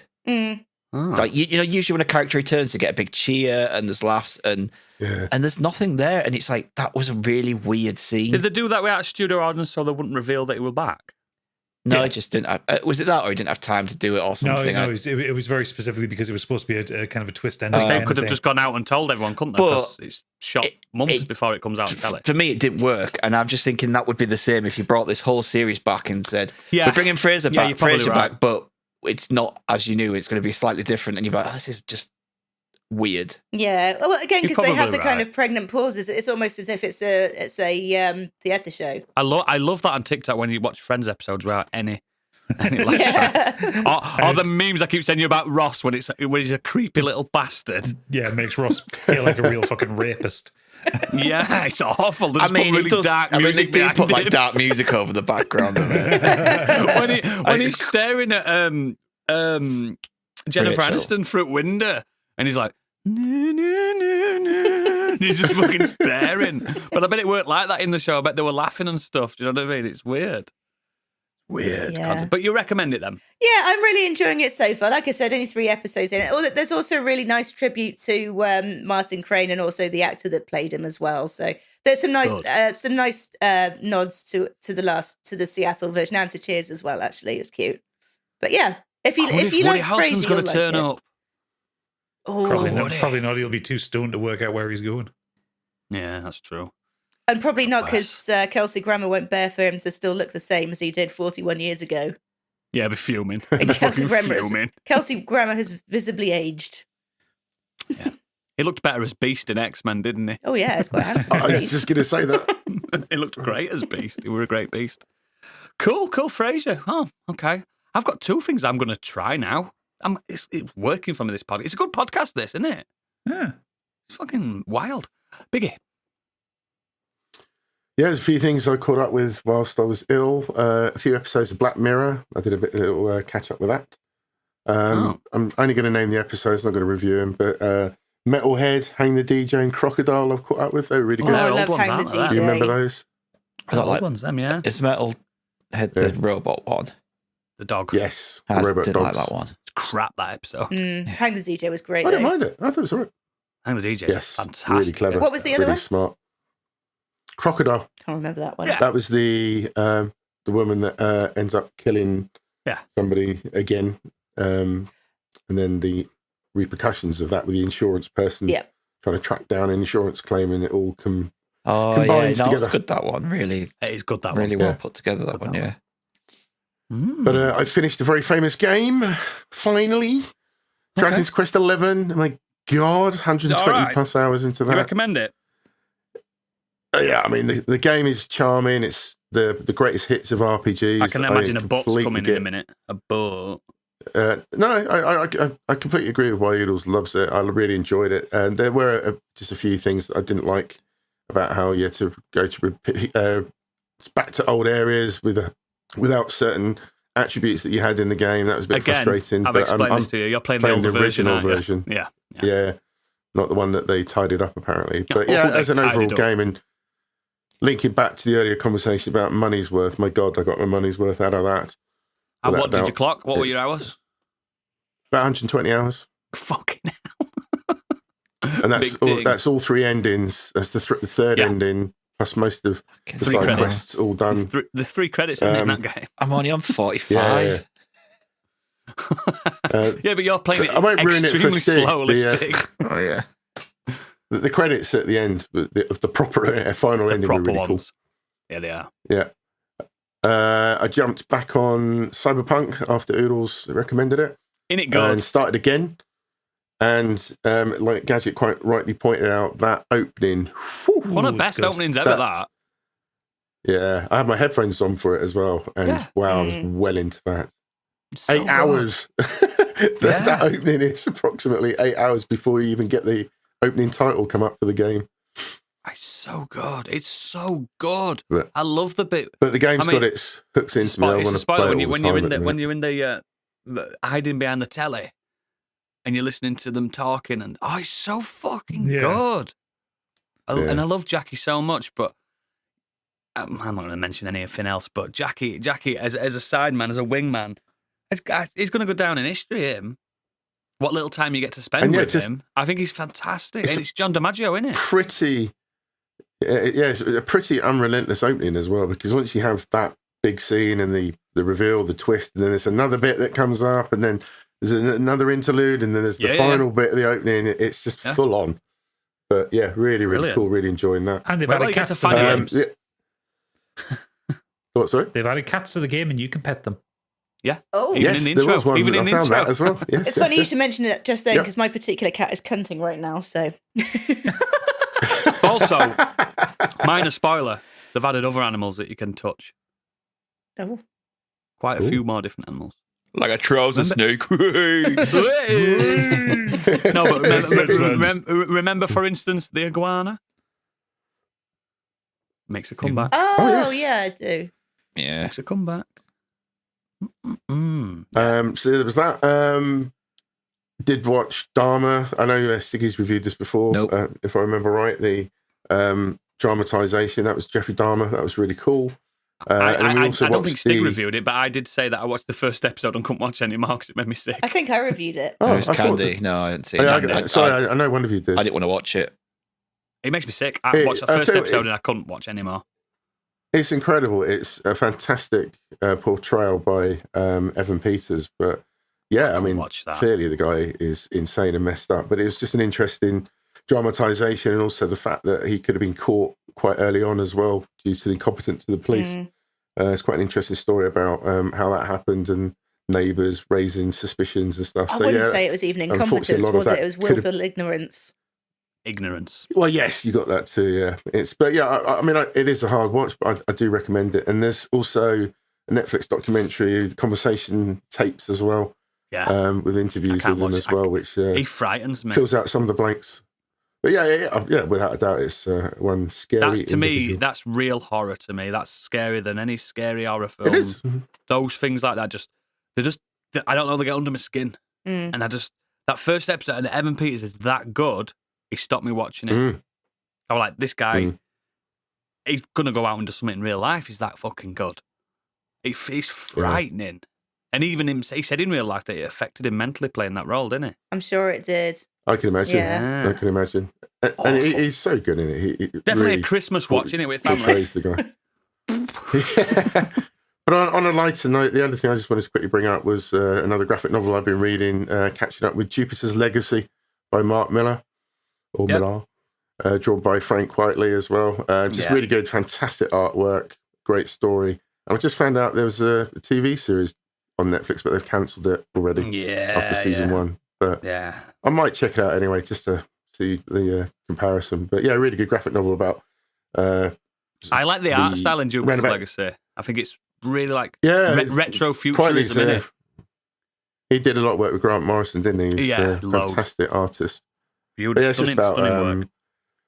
some people that end up getting superpowers and help pull America out of the Great Depression in the 30s, and then it's the ongoing saga of superheroes in modern day and the families that they had, and betrayals and all sorts of weird things that come out of that. But it's a very short series. It's not very long. And It's got very some much spin-offs like as well. a Tame of the Boys, isn't it?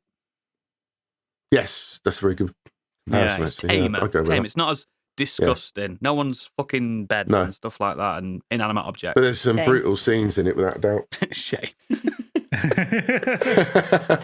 Yeah, really good graphic novel. Really enjoyed that. So I'm going to read the spin-offs as well. Yeah. So you should, mate. So you should. Again, there's not that much, so you can get through them. You really can. Yeah, Awesome. but Now, that's it for me. Stig, you've had a busy week, boy.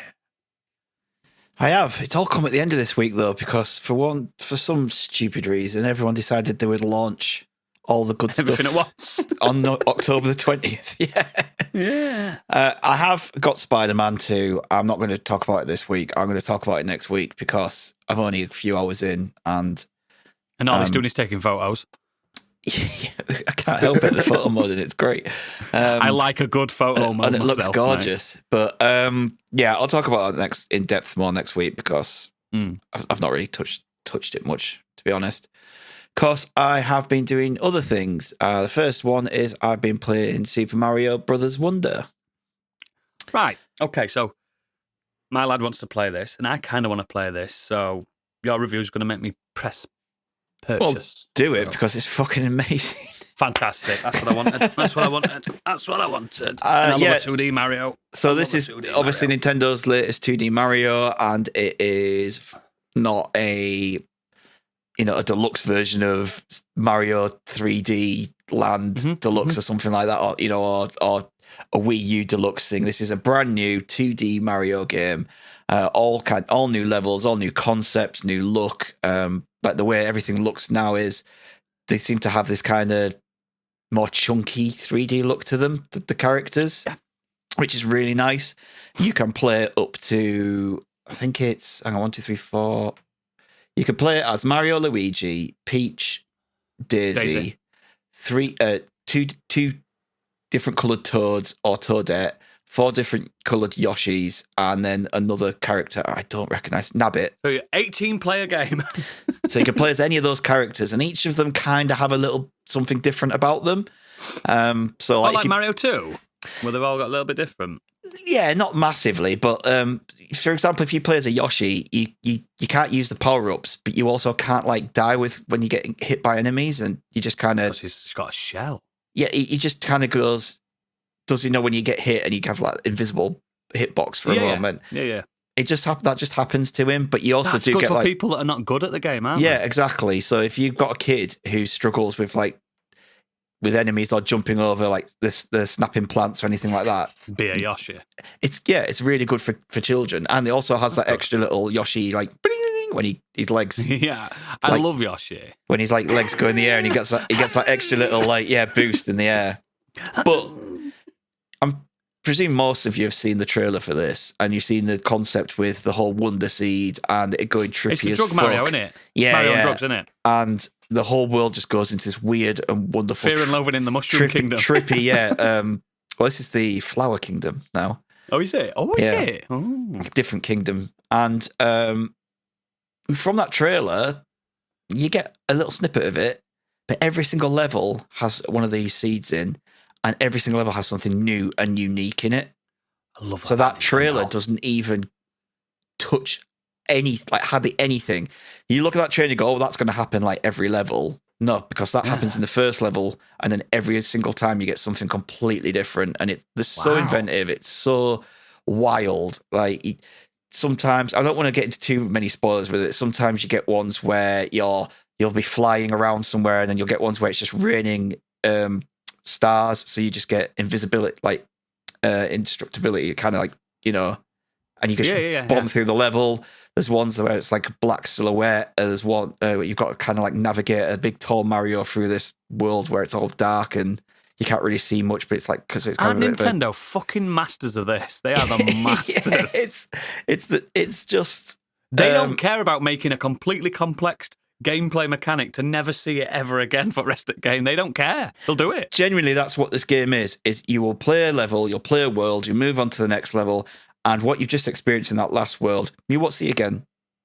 Yeah. Because the next level is, it's set in, obviously they have that typical Mario unique world, so this is kind of like the ice level, and this is the sand desert level. This is the cake level. This is the Made out lava of level, cake. yeah. So each kind of level is based around them, but then they'll just do something completely wild and random in the middle of it all. There's all new enemy types. There's this shit like the piranha plants just start singing randomly in one level.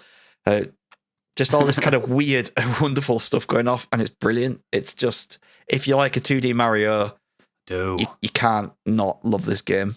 Oh, fuck's sake. Only 50 quid and all. I might just get it. I might go to CEX, not CEX tomorrow. What's it called? JD Sports' game, however it's called. Yeah. Sports Direct's game. Well, whatever it's called go now. trade your thingy in. Your Diablo. Yeah. That's good. Yeah, that's a good shout. Go to Sports Directs and get a new game. Weird. So weird. But yeah, it's great. And the only disappointing thing is that the elephant mode feels a little underutilized. It just feels like, oh, look, you can turn into an elephant. And doesn't really... Yeah, but have you seen the plushie that they're bringing out? Yeah, it feels more like a merch thing. cool. I was hoping what it was going to be. It is a merch thing. I was hoping what it would have been Different was animals. different animals, but it's not.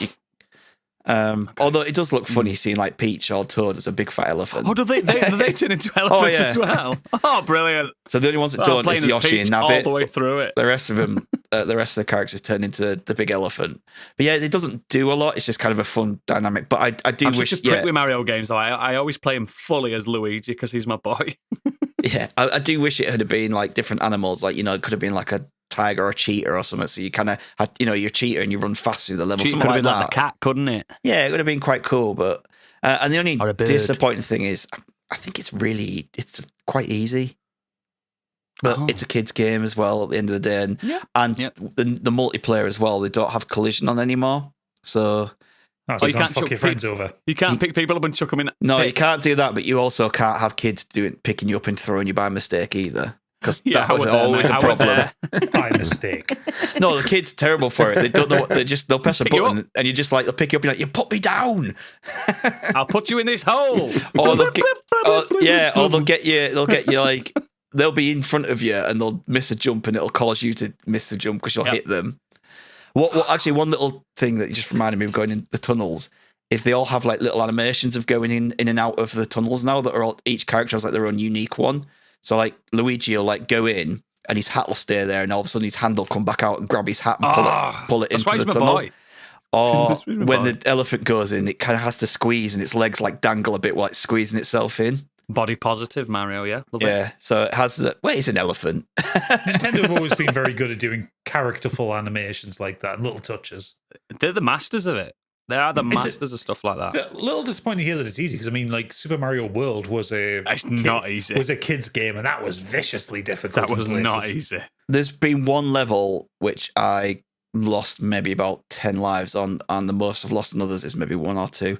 And the one level I lost 10 lives, and I'm not going to tell you what it was because it's a spoiler for a Wonder Seed, and it was just ridiculous but really good fun. Oh, but it was hard because of what it turns you into something, and what it turns you into something, it doesn't make the level easy. You've got to really time things properly. Basically, I know what it is. Mario has some Quaaludes and he's fucking trying to drive his Ferrari home. But other than that, I haven't found it. The most difficult thing I found was a puzzle level where you have to try and find invisible blocks. Okay, yeah.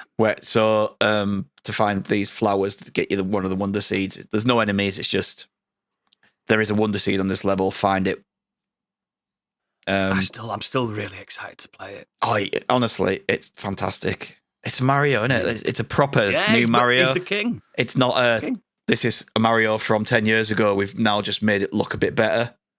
And I've seen people being able to like speed run the levels, and like it's all there. That's what I do. I usually play them and then see how fast I can beat the them. movement as well feels heavier. Doesn't feel as light, and I like that. It's not as floaty as like other 2D Marios.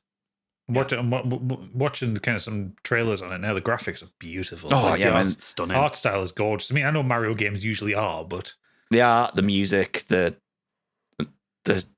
everything. It's great. Yeah. There's these little flowers though that constantly chat to you as you're walking through the level. You can turn that off in options, can't you? Yeah, I don't know whether I want to or not, but I can see why some people get annoyed by it. It's just like this little American voice going, "Yeah, you're nearly there." It's like, but they help you out because if there's a Wonder Seed around or something, they'll go, "Something's missing around here." Like it kind of. How come you couldn't do that American accent when we were doing American accent Dungeons and Dragons? Because I can't. That's a good American accent. Because I can't keep it up. Right. Miller. Yeah, it was meant to be a shit accent though. That was the whole point because he was undercover. Cool. You've done another thing, haven't you? I have done another thing. So the other exciting thing. The other thing that came out this weekend was Martin Scorsese's Killers of the Flower Moon. And I went to go watch that this morning, despite being hungover. I had settled myself in for a 3.5 hour long film. Did you buy any snacks? I had to get a burger in there. Like, a burger in your pocket? No, I got like a pocket burger. It's every man in it, so they do food. And I was just like, of course they do, yeah. I was like, I need food. So I was like, bring me a burger. I thought you'd been to like Five Guys and put it in your pocket. No. Luckily, I was the only one in the cinema this morning. For a Scorsese film? It's 10:30 in the morning on a Sunday. 10:30 in the morning, Scorsese film on a Sunday. Nah. It's not one for children's I suppose it's club, not is it? Avatar Ways of Water, is 10:30 it? in the morning. But when you've been drinking beer all the Classy. night before, I appreciated being able to just fart away. The beer farts flowed, Yeah, and there was yeah. no one in there to Pick your disturb. nose, flick your bogies. Yeah, it was great. Were you wearing your hoodie? No. Oh, shame. It's too hot in there. To Yeah, wear there's a beer hoodie. sweats going on if you had the Oh, hoodie yeah. on. Yeah. I'd have been fucking air a dog in it, me. I'd have been fucking drinking in there, man. No, I'm on that now. But anyway, No, to the I've film, noticed. to the Killers of the Flower Moon, Martin Scorsese's latest epic. It is based on the book Killers of the Flower Moon, The Osage Murders, and the Birth of the FBI by David Gran. And it's Which I'm currently reading, by the way. the true story of basically the Osage Nation in the 1920s lived on a plot of land which were deemed by white people in the area as being pointless. It was just crap land, and they didn't want Arid it. land. Yeah, so they gave it to the Osage Nation, who all of a sudden suddenly found oil on there, and then What? pretty much became the richest people in the world per capita. So their tribe and the Osage Nation became the richest people in the world because there's oil that they found. And he's talking Sultan of Brunei rich. Yeah, and obviously that changes the area. And because of this, the Osage people then start being murdered. And it's the FBI have to step in and unravel this mystery. Now, I have heard from people who are reading the book. The book is more of a whodunit. Yeah. If you don't know the It story- seems that way. If you don't know the story, the book is very much a whodunit. So that's not how this film's presented. This film is presented more from the perspective of Leonardo DiCaprio's character and Robert De Niro's. And Mhm. Leonardo DiCaprio plays Ernest Burkhart, who is a war veteran who comes back from World War One and goes to work for his uncle William Hale, who his nickname, he calls himself King. He tells people to call him King. So you can imagine the kind of person, a rich old Lovely white bloke. man with a huge cattle ranch who gets people to call him King. Yeah. Yeah, you can imagine Who the kind knew? of person he is, yeah. He is actually quite friendly with the Osage Nation. He's very much tied in with them and sees himself kind of as one of them. He'll speak their language. He knows them. He's helped raise their kids. He's helped fund things for them. Like, he is kind of ingrained within that. But behind it all is, Money. yeah, just money making people evil. And Yes. Leo's character Ernest is told, kind of pushed in a direction by William to marry one of these rich sisters who own this land and own this oil, and he meets Molly, played by Lily Gladstone, and it sparks a relationship, and eventually they get married, and then we start having one by one, her family starts to die, they start to get murdered, and it kind of just unravels this whole story and conspiracy going on in the area. It takes them literally he's just got married. They're getting killed. yeah, but it's incredible. Yes, I'm so glad you It's said that. so good. It looks absolutely amazing. You know, we were talking earlier about how good stuff looks now. Like the cinematography and the camera angles and everything in this film just looks absolutely amazing. The cinematographer did The Irishman. It's Rodrigo Prieto. Did Barbie, Wolf of Wall Street, Argo, Irishman, Brokeback Mountain, That's just fucking good then, isn't it? Yeah, 21 grams. Like, he's got pedigree, and it really shows in this. It's a beautiful looking film. The score's really great, but the performances, like Leo, is just fantastic in this. He's just kind of playing this. To put it bluntly, like, the guy is stupid. Yeah, Like, he's just kind of, getting walked all over. yeah, he's just a bit. He's just a bit of an idiot. But kind of fancies himself as being a bit more than that, just because of the kind of family links. Lily Gladstone is the standout, though. Considering it, she's not been in many things, and she's acting against Leonardo DiCaprio and Robert De Niro. She just acts rings around them like circles. Like, she's amazing in this. She's so good. I do wish there'd been a bit more around her story, but it takes a lot of the focus mainly on There's Ernest. quite a lot of her in the book so far. Yeah, there's more. The book is more centered around the Osage people and the mystery and them trying to kind of figure it out, but Scorsese's doing it from a different angle. Yeah. But yeah, it's just for 3.5 hours, didn't feel it for me. Like I said before, I'm not one of these people who moan about the length of a film. If I Did you think have a that poo or anything? no, I managed to get the whole thing without even Fantastic. you need to go into the toilet at all. Brilliant. So yeah, Proud of you. the length was nothing because I was fully engrossed with it. Like especially like say Molly, like the pain and everything that woman had to go through. Just people like that she loved being just dying and being killed, and all the while she was struggling with diabetes, which obviously was kind of what at the time wasn't as easily treatable. So she's struggling like hell with that. Her children are sick as well, and yeah, she just brought that kind of pain across on screen, and it was engrossing. Like So it's not got that Scorsese humour to it then? oh yeah, Oh, is it? there's a bit of humour to it every now and again, yeah.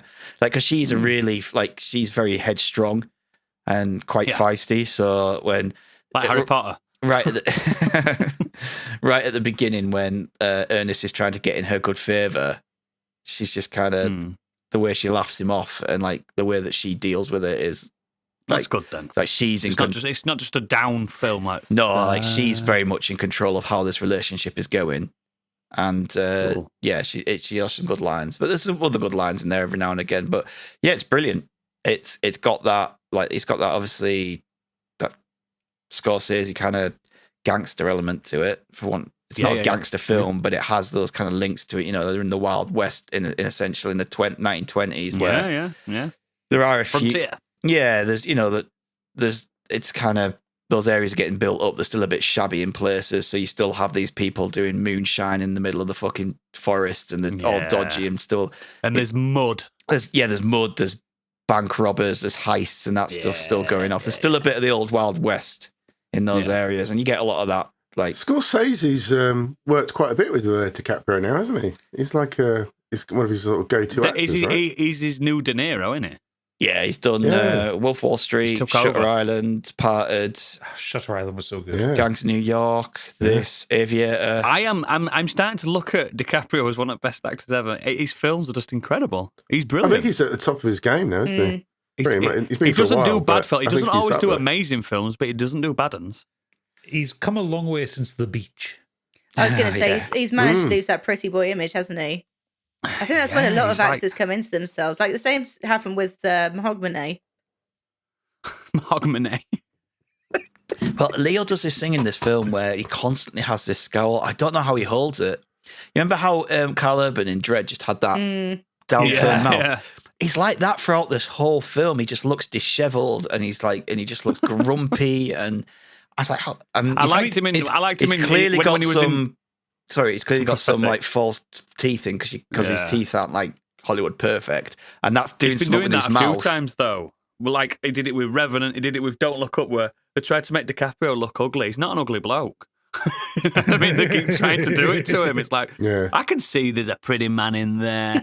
but he also did it in Wolf of Wall Street because that was when he was doing the on the drugs scenes. Gurning.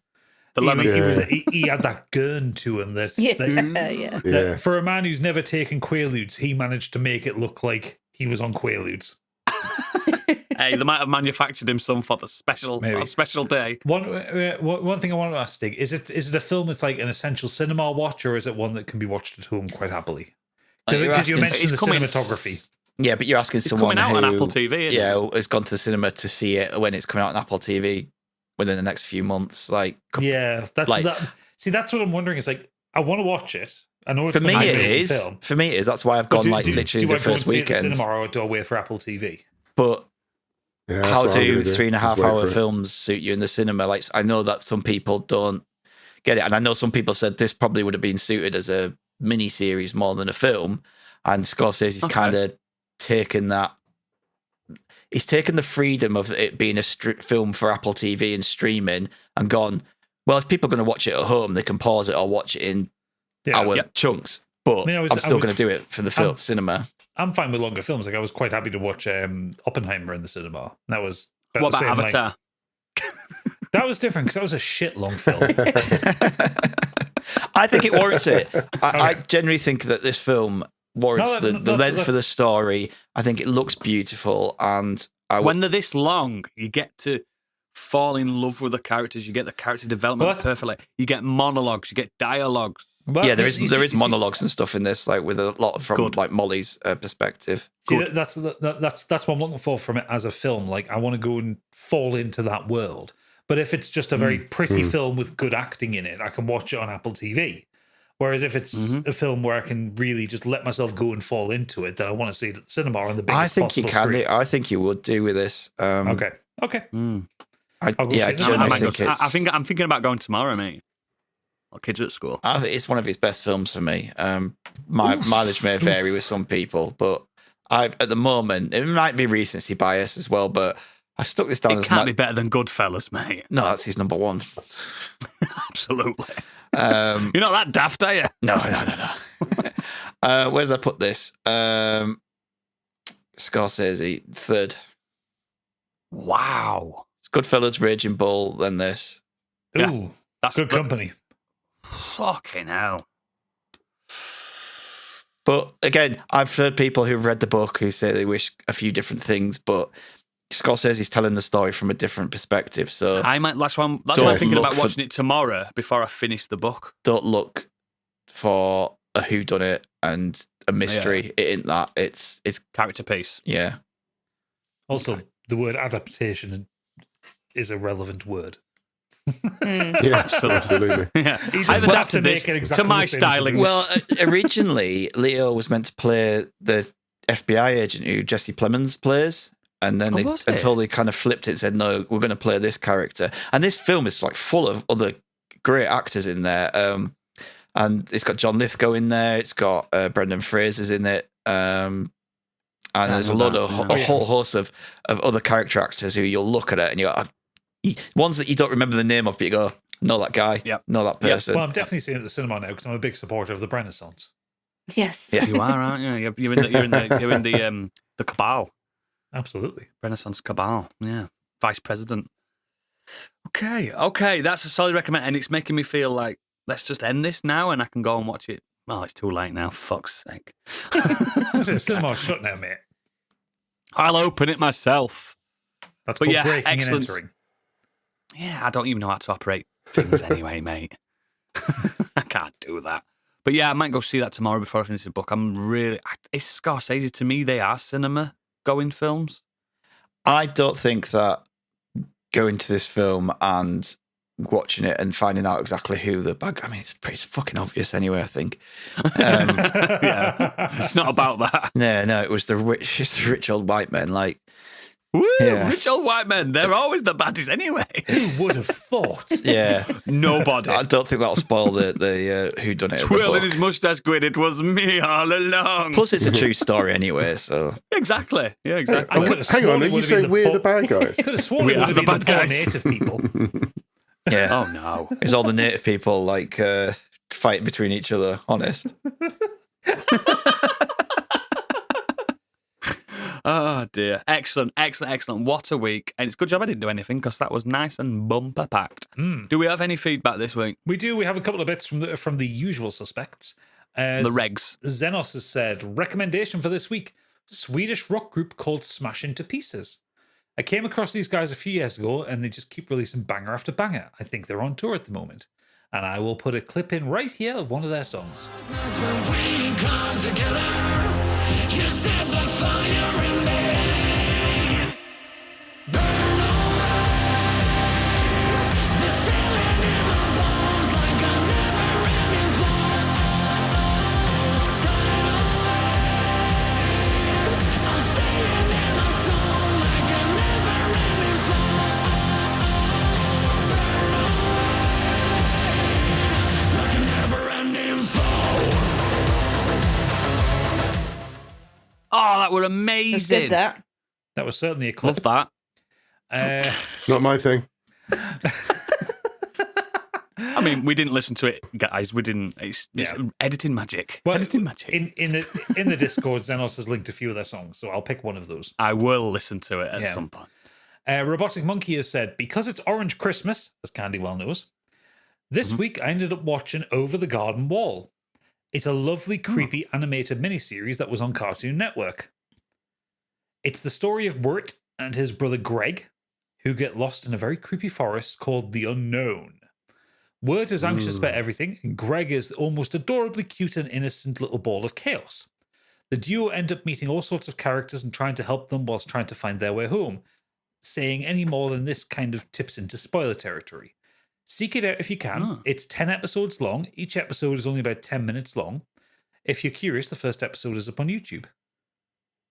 I started this, and then because everyone said it was great, and I really enjoyed the first episode. And for some reason, I just never watched the rest. I don't know why. Because it's probably not very easy to access, is it? It might have been one of those ones where I kind of watched it and it just disappeared, and I was like, "Oh, I'll find it at some point another time." Maybe. Yeah, I feel like I've heard of it. I feel like it was in the zeitgeist. Also, yeah. I've never heard of Halloween described as Orange Christmas. Oh, that is what everyone calls it. Yeah. Is it? Andy said it about 9 times. Or pumpkin spice season. Yeah, I've heard No, that one. God, fucking pumpkin spice is so overrated, guys. Oh, it's not. Get a grip. Get a grip. It's horrible. I hate pumpkin spice. No, I love It's it. fucking weird. It's white woman tackle. Middle-aged white woman shit. I just There got we some go then. pumpkin. I just got some pumpkin spice scented tattoo goo. Of course you have. Everyone will be You pumpkin got a bath spice. bomb. I'm getting a pumpkin spice bath bomb tonight. I'm like a gingerbread woman. I mean, it's going to have to be for the Patreon listeners. They're going to have to listen to White Woman Instagram by Bull Burnham. That's exactly what. I know it is. She's a white woman on Instagram. She loves a bit of latte foam art. Bloody loves it. She's got one of those Boss Babe t-shirts. Live, laugh, love. Oh, She's all about live, laugh, please love. insert wine. Oh God, God. don't! I would wear the shit out of that. She's got one of them t-shirts. Behind every good woman is a great mother.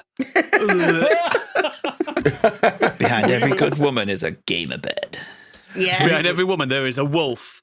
we need to see if we can find Candy with, like a black kind of heavy metal long sleeve t-shirt which has the please insert wine on it, but in like death metal font. Yeah, so you can barely Like read it. my live, laugh, love t-shirt I've got that's just death metal. Yeah.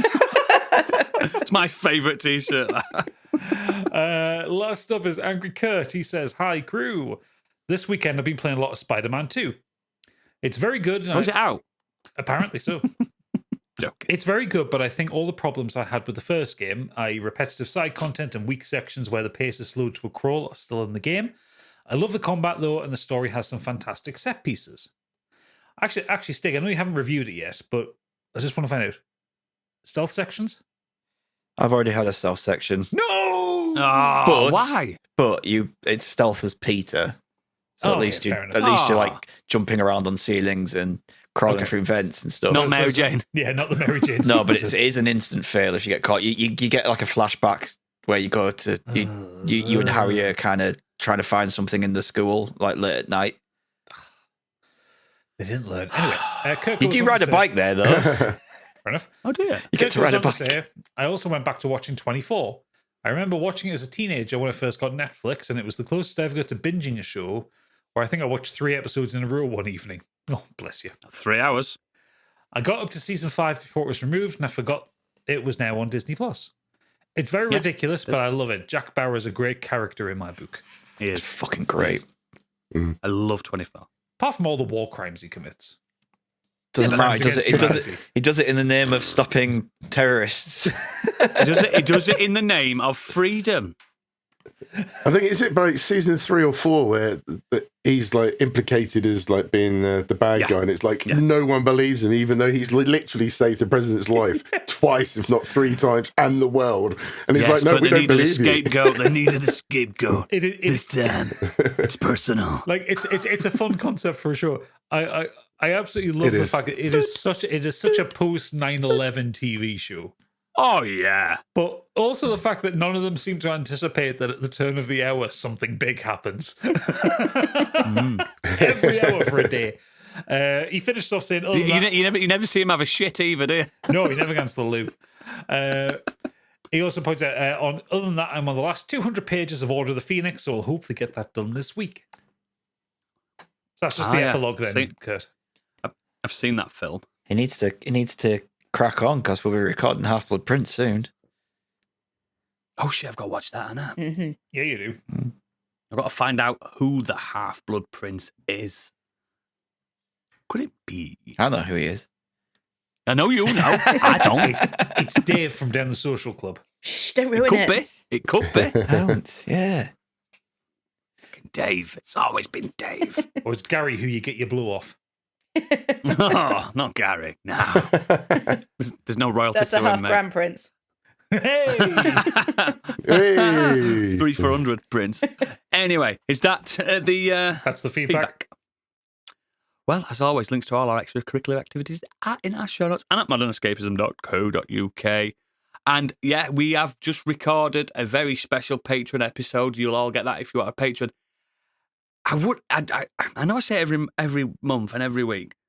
This is one you really want to pay for and listen to it. If you're a patron, you're going to have an absolute. Our patron episodes are usually at 45 minutes long. This isn't. This isn't. It's a lot longer and it's a lot more bitter. Yeah, we all Oh, fell out. yes. We all fell out. We had to have a meeting with HR just to get back together. We nearly split the band. band was Candy nearly split sharpening a up. knife. Yeah. It is well worth paying to listen to it. It's a knockout. We haven't done a knockout in ages. If you love those knockout shows, everyone's giggling, everyone's being sinister, everyone's being mean. We've crowned something as something. Please, just even if it's just for 1 month, guys, just for 1 month. Let's do it. Patreon.com/modern escapism. There you go. Even £5 for plus VAT. Even the thing is, though, with for 1 month, it unlocks everything else. So Yeah. it's not just new stuff. You can, You've got 3 years worth of content or whatever. Yeah. 2 years. Me and Biggie shouting about Fast and Furious films. It's incredible. Yeah, I'll, Do it. still got one more to do, guys. I know. Stop it. Maybe it's a Christmas present. Maybe we should do that in December, Biggie. We'll do It that as is. a Christmas present for the Patreon. I've told The you, modern that's escapism going out. calendar. Every day a different one. That's going out at Christmas. All 25 Fast and Furious films. Perfect. But yes, please consider supporting us. But before we end the show for you cheap ass bastards. Oh, she's yawning. Sorry, I'm still here. It's time for some Candyland nonsense.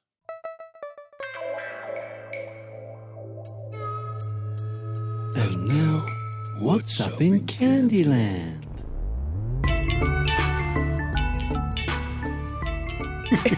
Yeah, so right. Here's my theory. Every household has a different name for the remote control. In my family, it's the Plinky Plonk. What are your names? What? The fuck a plinky plonk. Yeah, check us a Plinky Plonk. I call it a remote. No, you don't. Yes, I do. Oh, TV remote. Call it remote. I mean, I call it the remote now. When I was a kid, my parents called it the Zapper. Yeah, that's my a good friend's mum used to call it the Dewberry Firkle because she couldn't think. She just couldn't think of the thing or the clicker. Oodles, what was yours? I don't want to say. No, you have to now. We'll say it. Can't be any worse than candies. No, it's a bit of a slur. I'm not saying it. Back in the day, not now. Back in the day. No, I can't. I literally cannot even Don't tell you say it. on air. I'll have to tell you off air. It's really What do you call it fucking now? bad. A remote. A remote. Biggie. Oh, I'll get kids. Pass me the DualSense 5. Biggie. I literally called it the thingamajig the other day for my daughter because I couldn't for a second think of the name, and she was like, "Well," and she couldn't pronounce thingamajig either. So I had to explain what that was. That's what that's basically what my friend's mum was when she couldn't think of anything. She'd be like, the Dewberry Firkle, and she'd point at the remote like it was just a. That's like a Roald Dahl book. My grandma called it the Doofadingler once. That was funny. Doof is quite a good one, or Dewberry. So I've I got. remember. I remember. Biggie, we need you to get an audio recording of Hoop saying thingamajig. I want to see it. Faith. I want to hear what it sounds Yeah. like. She can't pronounce it because she is. Yeah. I mean, she is like weaponized adorable already. Because I kind of want to hear this. she's like the I'll see kid if I from can Monsters find- Inc. give it Isn't to her. she? She is. She's like that She's like boo. Yeah. But like my nanny, rest her soul, if there is such a thing as a soul. Picture it, old frail Jewish woman. She had a remote on a wire on her old wooden telly, Yeah. and she used to go, "Bring me the attachment. Bring me the attachment." That's what she called it.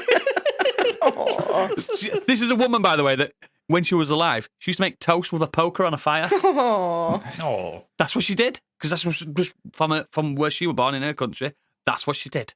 Toast on a poker. my granddad was one of those tech hoarders, but it's like old tech. So it was like in his house he had like about 15 VCRs. It's like past the Hitachi HP 5600.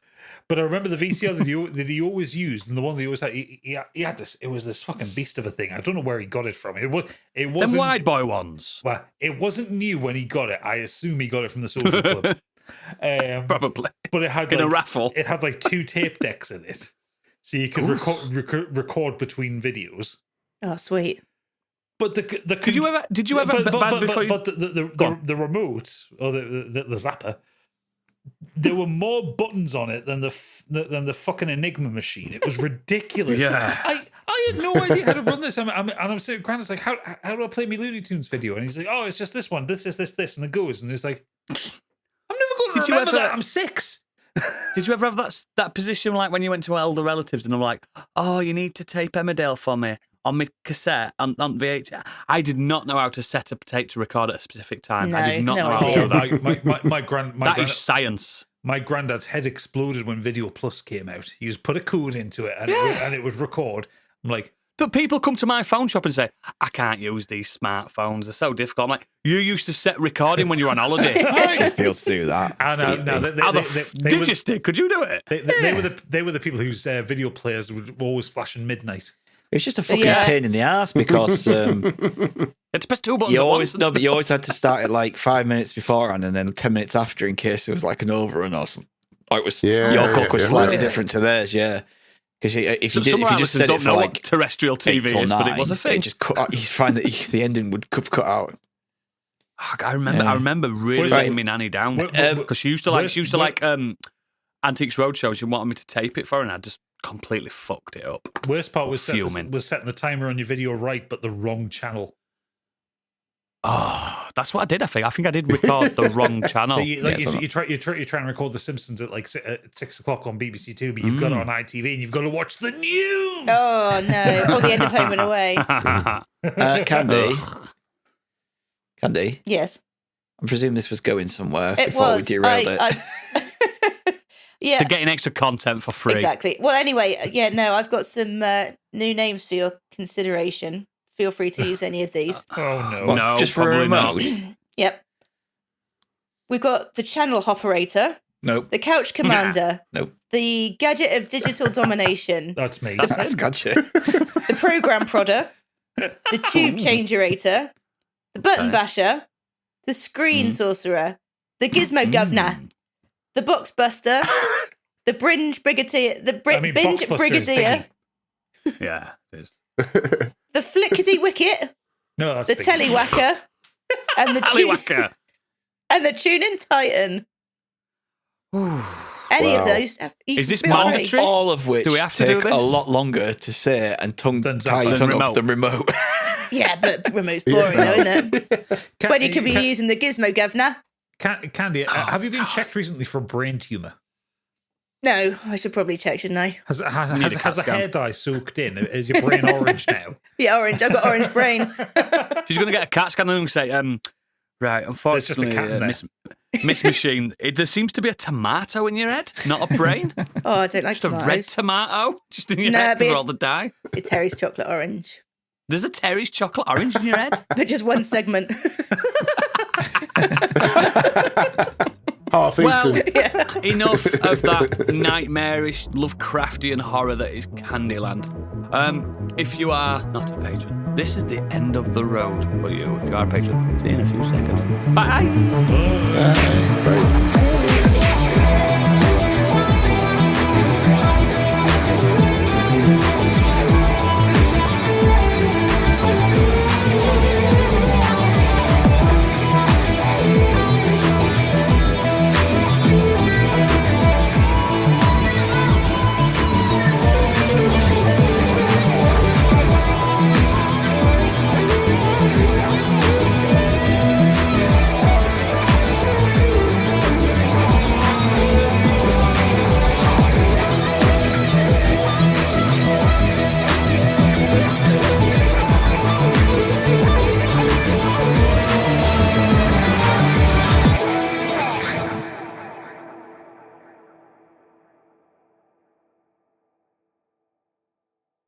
Bye. Bye. Bye.